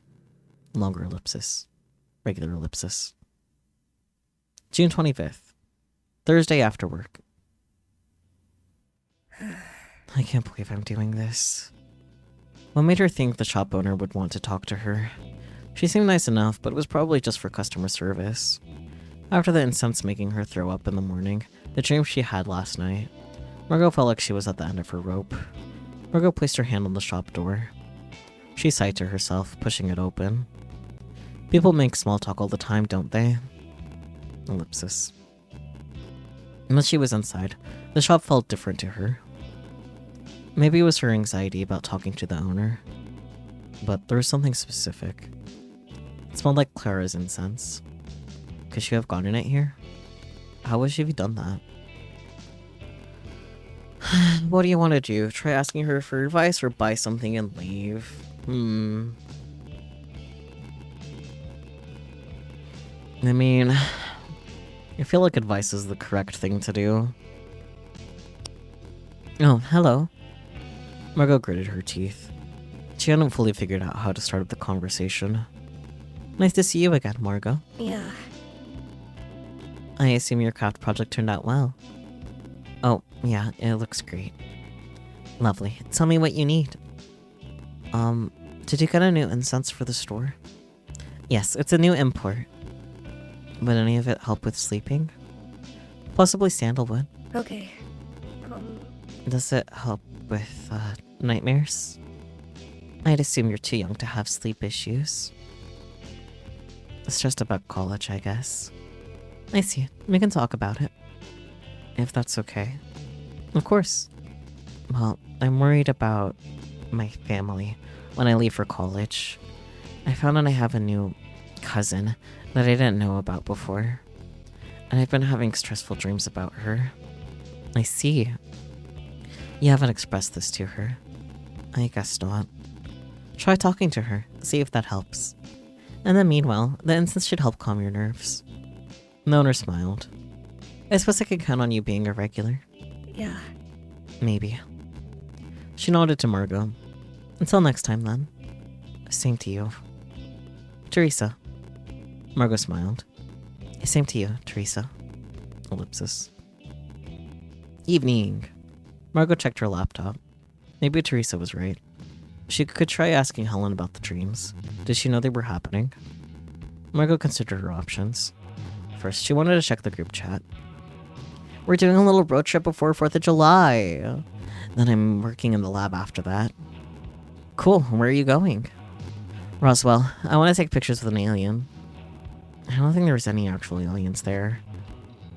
That's what I tried to tell her. Hey, weren't you the one who wanted to see the thing? I needed answers. What is it? You'll have to see it for yourself. Margot switched to her conversation with Helen. She needed to focus. There was a response. Not a lot to say about me. I looked at your photos. Looks like you do a lot of school activities. I guess I wasted my time with the wrong crowd when I was your age. My mom was a real witch. Did that help you with school? Margot remembered her first day at her private school. Her mother was angry and refused to drive her there. Oof. Margot begged her. Her dorm room, classes, food, everything was covered by scholarship. All she had to do was drive her there. Finally, her father said he would do it. The drive was fine. Unpacking and setting up her room was fine. Ellipsis. On the way out. I guess so. Can I ask you something? Have you had any weird dreams lately? Yeah, and that's what made me want to find Dad. I kept having dreams about him. And I'm a kid. It's the weirdest thing. Really? Me too. Margot shut her computer. She wanted to stop thinking about her father. On the way out, he leaned over and kissed her on the neck. She shivered, feeling sick. God fucking damn it. Alexa's dead. She hated feeling like her neck was too exposed. Ellipsis. Maybe it was really time to talk to her mother about this. Ellipsis. In the living room, Margot's mother was in front of the television. She was watching the news. I looked up that little girl. Margot was surprised. Helen has a criminal record. Apparently she likes to drive drunk. Oh. She messaged me today. Margot's mother turned to her and gave her a stern look. Don't give that little girl my address. I'm not paying her a dime. Margot turned away. Okay. She went back to her room. Ellipsis. Margot. In her hands were 2 picture frames. Your mother plans to head out tonight. To stay at Danny's? Okay. Margot glanced at the picture frames again. Are those... How is that possible? These? They're the ones from my dream. Yes. Yes, we need the photos for them. I didn't see you in my dream. How? How is that even possible? Clara smiled a little, but... Out of everything, this is what surprises you. She sets the frames down. Well... I was in your dream. While you and Beck were distracted, I grabbed these. If you get the photos that Helen wants, I believe she'll open the door. Okay. So we just need to wait for my mom to leave, right? Then we could look through her photo albums. Exactly. From the other room, Margot heard the front door slide and click shut. Clara picked up the picture frames. Let's go. Ellipsis. Her mother's room was dark. The curtains were always drawn closed. Clara stood in the middle, surveying it. I think the photo albums are in the closet. Margot slid open the door. On the top shelf sat a small white box. She left it alone. Margot had a feeling that she knew what it was. Below, there were large cardboard boxes. She opened the first box.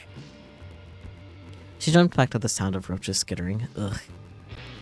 You have to keep looking. I know. Tentatively, Margot looked again.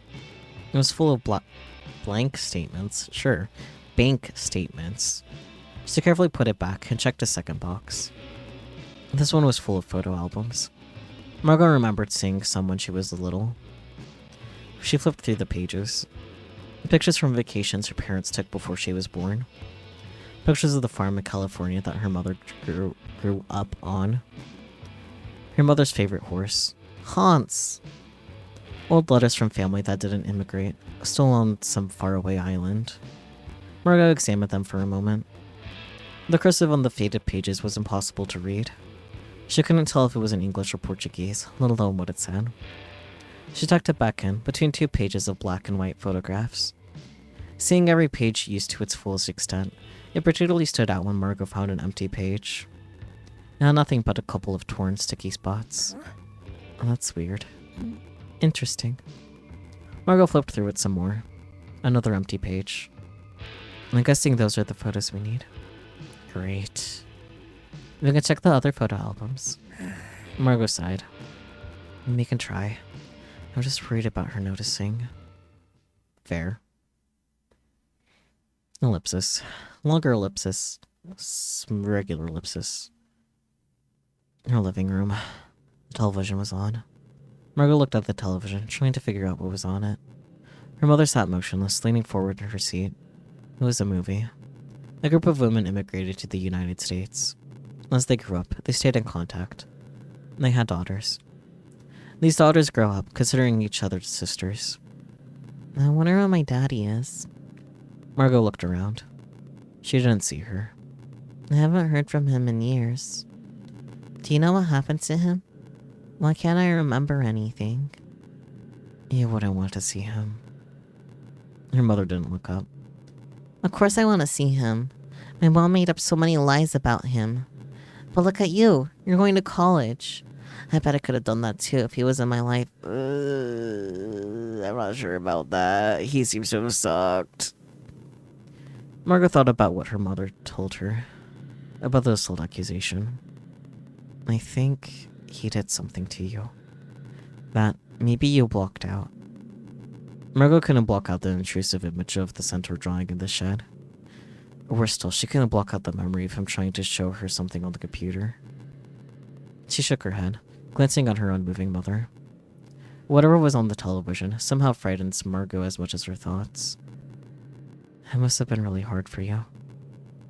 You shouldn't blame yourself for something like that. Ellipsis. Of course I blame myself. I'm the one who got punished. Everyone got mad at me. Helen, I'm not mad at you. We could still get to know each other. Margot walked closer to her mother and the television. How could she not react to any of this? Why doesn't she care? Ellipsis. Margot looked at her closely. In her hands were the photographs. What do you want to ask her? Can you hear me? Why don't you care about any of this? Second one. Why don't you care? Ellipsis. Why don't you care? Why doesn't any of this seem to faze you? How? Why don't you react to anything? Margot's breath quickened. She wanted to grab the shoulders of the woman in front of her. Shake her until she had any reaction at all. Seriously? He's not alive anymore. What's the point of continuing to side with him? Ellipsis. Nothing. She continued to sit, leaning forward, her full focus on the television. Margot waved her hand in front of her face. She felt like a child again, wanting her mother to react to her coming home from school. Ellipsis. Nothing at all. There was no point in talking to her, was there? Margot needed the photos regardless. Take the photographs? Well, I have to. There's no other choices. Ellipsis. Slowly, carefully, Margot approached her. She reached out and grasped the missing photographs. Now she just had to pull them away. You're always stripping things out of my hands. Grab, grab, grab. That's all you do. Margot covered her mouth with her free hand to stop from screaming. Her other hand still clutched the free edge of the photos. Ripped them out of her hands. She wouldn't talk to me. Margot tried. She really did. She would have asked, but her mother wouldn't answer her. Margot pulled, as hard as she could, afraid the photos would tear. Ellipsis. Longer ellipsis, regular ellipsis. June 26th. Hey, that's my birthday. Friday morning. Margot sat down with Gina in the lobby. How's your reading going? Quite well. The first time I heard about this book, it was quite sensationalized. In the 60s, I was already a bit too old for it all, but I heard about people using drugs for religious experiences. Dies forever. Margot felt a bit shocked to hear Jaina talk about that. The only adults she could think of who would ever mention drugs around her were dare officers or her father. How did this book relate to drugs? There was a guidebook for LSD based off of it. I suppose because it describes what people see when they die. There's these different liminal states between life, death, and rebirth, where a person can have different visions. Liminal states? Yes, it merely describes the ones between death and rebirth. But it also mentions that life, meditation, and dreaming are liminal states. Apparently lucid dreaming can be beneficial. For what? For preparing for death. Maybe at Gina's age, it's easier to be more candid. Ellipsis. Talking about lucid dreaming reminded her of the photographs in her bag that she somehow was able to grab from her dream. Ellipsis. After work, it was time to go to the mall. Nikki was late. Have you heard from Nikki? No, this is normal. Want to wait at mine? Okay. I'll text her that we're there. Ellipsis. After waiting for a bit, Beck came by and picked up Margot. Ellipsis. At Beck's place, they went to the backyard. You know what I thought of? What? You didn't see my garden last time. I didn't know you gardened. Beck eagerly led Margot to a shaded corner of the backyard. A light cloth was placed on trellises above the plants. Several types of vegetables, melons, and flowers were neatly on display. Beck carefully surveyed her plants. I'm worried the next couple of months are going to be rough. But what do you think? This is really cool, Beck. I've never been able to get something to grow. Beck shrugged. I have a lot of free time to tend to it. Oh, I should have some more median cucumbers soon. I can give you some. Sure. Sure, I'd really like that. Beck smiled. She crouched down to continue looking at her garden. Compliment Beck's gardening, or let's check on Nikki. Let's compliment the gardening. Yeah. Your garden is really impressive. That's why you knew so much about the plants of the park, right? Exactly. Aw, he noticed. Yeah, of course. Oh, what if you drew something from my garden? It'd be such an honor. If it's for your room, I would need to make sure it's cute to match the decor. Cute? How did you get into gardening? My mom started on it when she moved here. I started helping when I moved in with her, but I think now I'm the only one looking after it. What are you gonna do when you go to college? Tabletop herb garden. Really take my cooking skills to the next level. Your cooking is so good already. I know. Oh, would you want to stay over tonight? Yeah, fuck it, sure. Margot needed a break from everything going on with her sister. Yeah. Beck smiled. Great. Suddenly, Margot could hear a car horn. It was getting more and more persistent. Her phone buzzed. Oh, Nikki's here. Ellipsis. In Nikki's car, Margot went to sit in the back. Beck followed suit, pushing aside old food wrappers. Nikki looked in the rearview mirror. Is no one gonna sit up front with me? I didn't know it was gonna be a third wheel. Margot nudged back. Nikki wanted to hang out with you. Oh, sorry. Beck got out of the car and opened the passenger door. An old drink cup rolled out and onto the road. Did you need that? Come on, hurry up and get in. Ellipsis. On the road, Nikki started making small talk. Beck, where did you live before moving back? All over the place. I was in Scottsdale with my dad before coming here. Before that, I was in San Diego for a while. Both my parents worked there. Wow. Are you going to college too? Yeah, looks like I'm going back to California at the end of the summer. Seriously? Wait, seriously? Like Marco? Really? You're gonna be in California too? Yeah, how has this never come up? Nikki cleared her throat. Oh, did you have any plans? Yeah, I was gonna go to Phoenix with some friends. Live in Phoenix. Probably not in Scottsdale, but... Oh, I'll text you some places to check out then. Okay. Was there anything you wanted to shop for? I want a new piercing. Food. Is that shopping? Beck shrugged. I'm hungry. Ellipsis. Mall. Nikki led the group to their first stop. The jewelry shop had a few teens meandering around with their parents. Beck, you have a lot of piercings. Yep. I did most of them myself. Okay, wow. I was thinking of getting a lip ring too. Do you think it look good on me? Beck analyzed Nikki's face for a moment. Nope. No. Damn. Nikki's expression fell. I think a nose ring would look way better.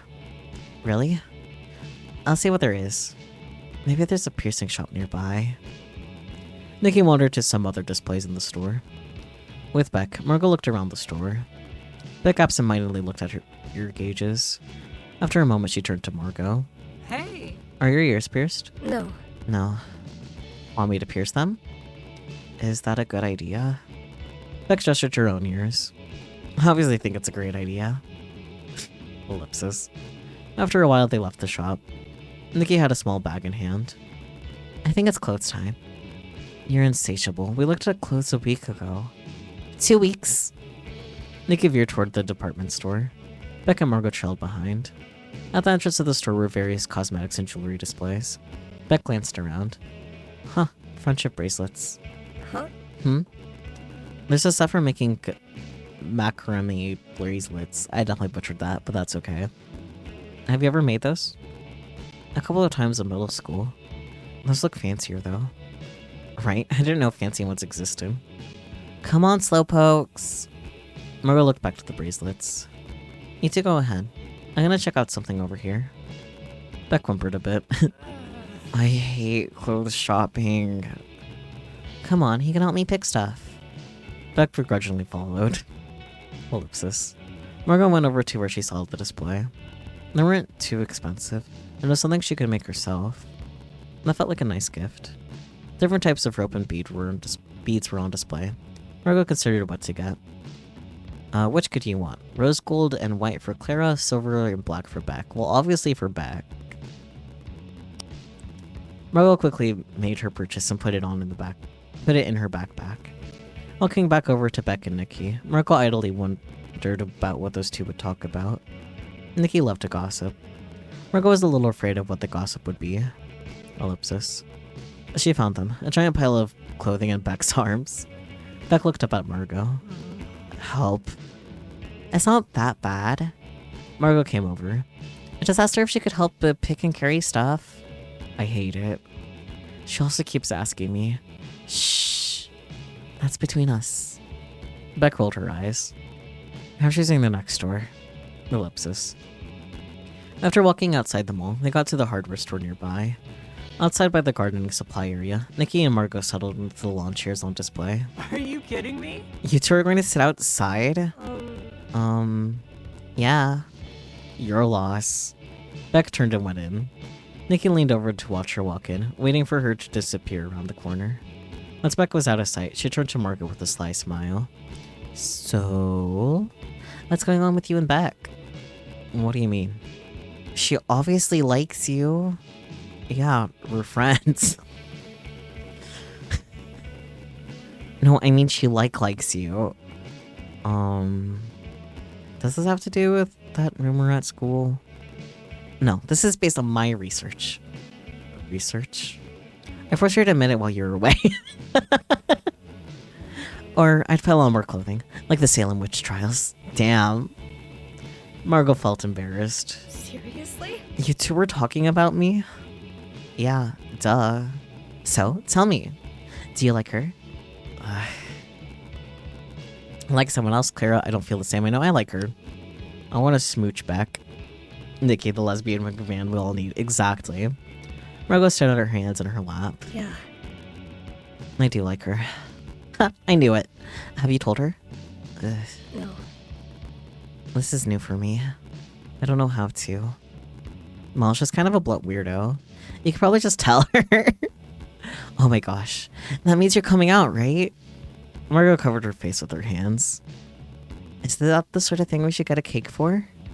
Please, no. Her voice was muffled by her hands. Forget I said anything. Just like her, okay? Jeez. You're no fun. Margot looked up to see Beck walking out of the store, a large bag over her shoulder. Hope you two had a nice gossiping session about me. Nikki huffed. No. Yeah, we did. Beck laughed. Is it food time yet? Ellipsis. Food court! Yay, yippee, wahoo! Beck insisted on hamburgers. After everyone sat down with their trays, Beck dug around in her bag and pulled out some medication. What's that? Medication. For what? For me. Margaret noticed the giant pickle pouch Beck brought. What's up with that pickle? It's a hot pickle. Margot, have you never had a hot pickle? No, what is it? A spicy pickle. They're so good. Margot looked over and noticed Nikki also had a hot pickle. This is gross. Does that mean you don't want your pickle spear? Hey Margot. Oh hey Jade. Margot turned around to see Jade. Hey. Hey. Can I sit with you all? Sure. Jade sat down and excitedly turned to Margot. Jade also had a hot pickle. What is this? Pickle propaganda. I saw a rumor online. Utada is touring in the US next year. They're going to be in Los Angeles. I'm really trying to figure out if I can see them. That's so cool. Yeah, I guess I know what I'm saving up for now. Would you want to go? I don't know, it really depends. But keep me updated. Wait, like Utada Hikaru? Legend. That's my guess. Especially since they use they them pronouns too, so updated. Anyways, getting over her initial excitement, Jade greeted Nikki. Then she turned to Beck. Hey, have we met before? You look familiar. Have you been to the theater? Yeah. Oh yeah, that must be it then. Oh, this is my friend Beck. She moved here pretty recently. Hey, nice to meet you. Beck smiled. Hey, Same to you.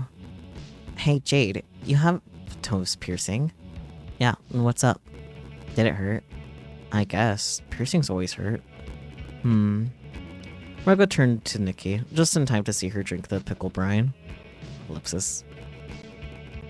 Evening. Nikki dropped off Margot and Beck at Beck's place. Before Nikki's car even left to the block, Margot's phone vibrated with a text.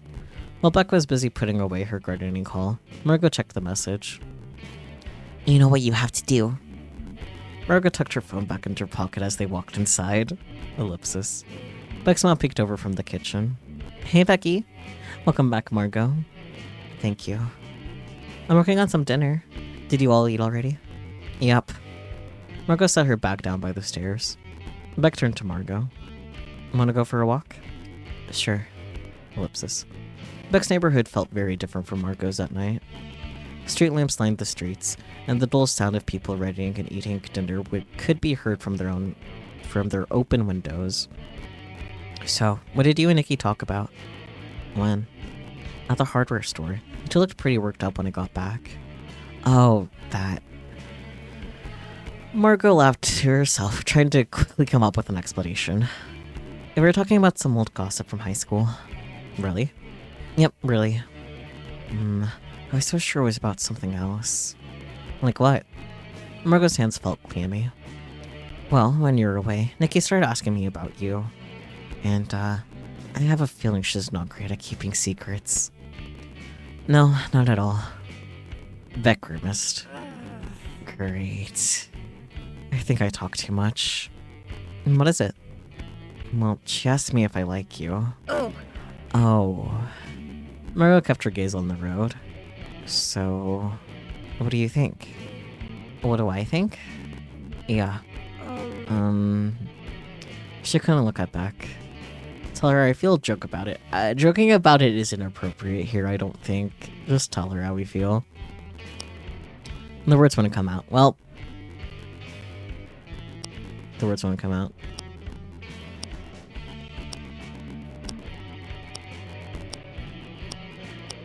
fucked up.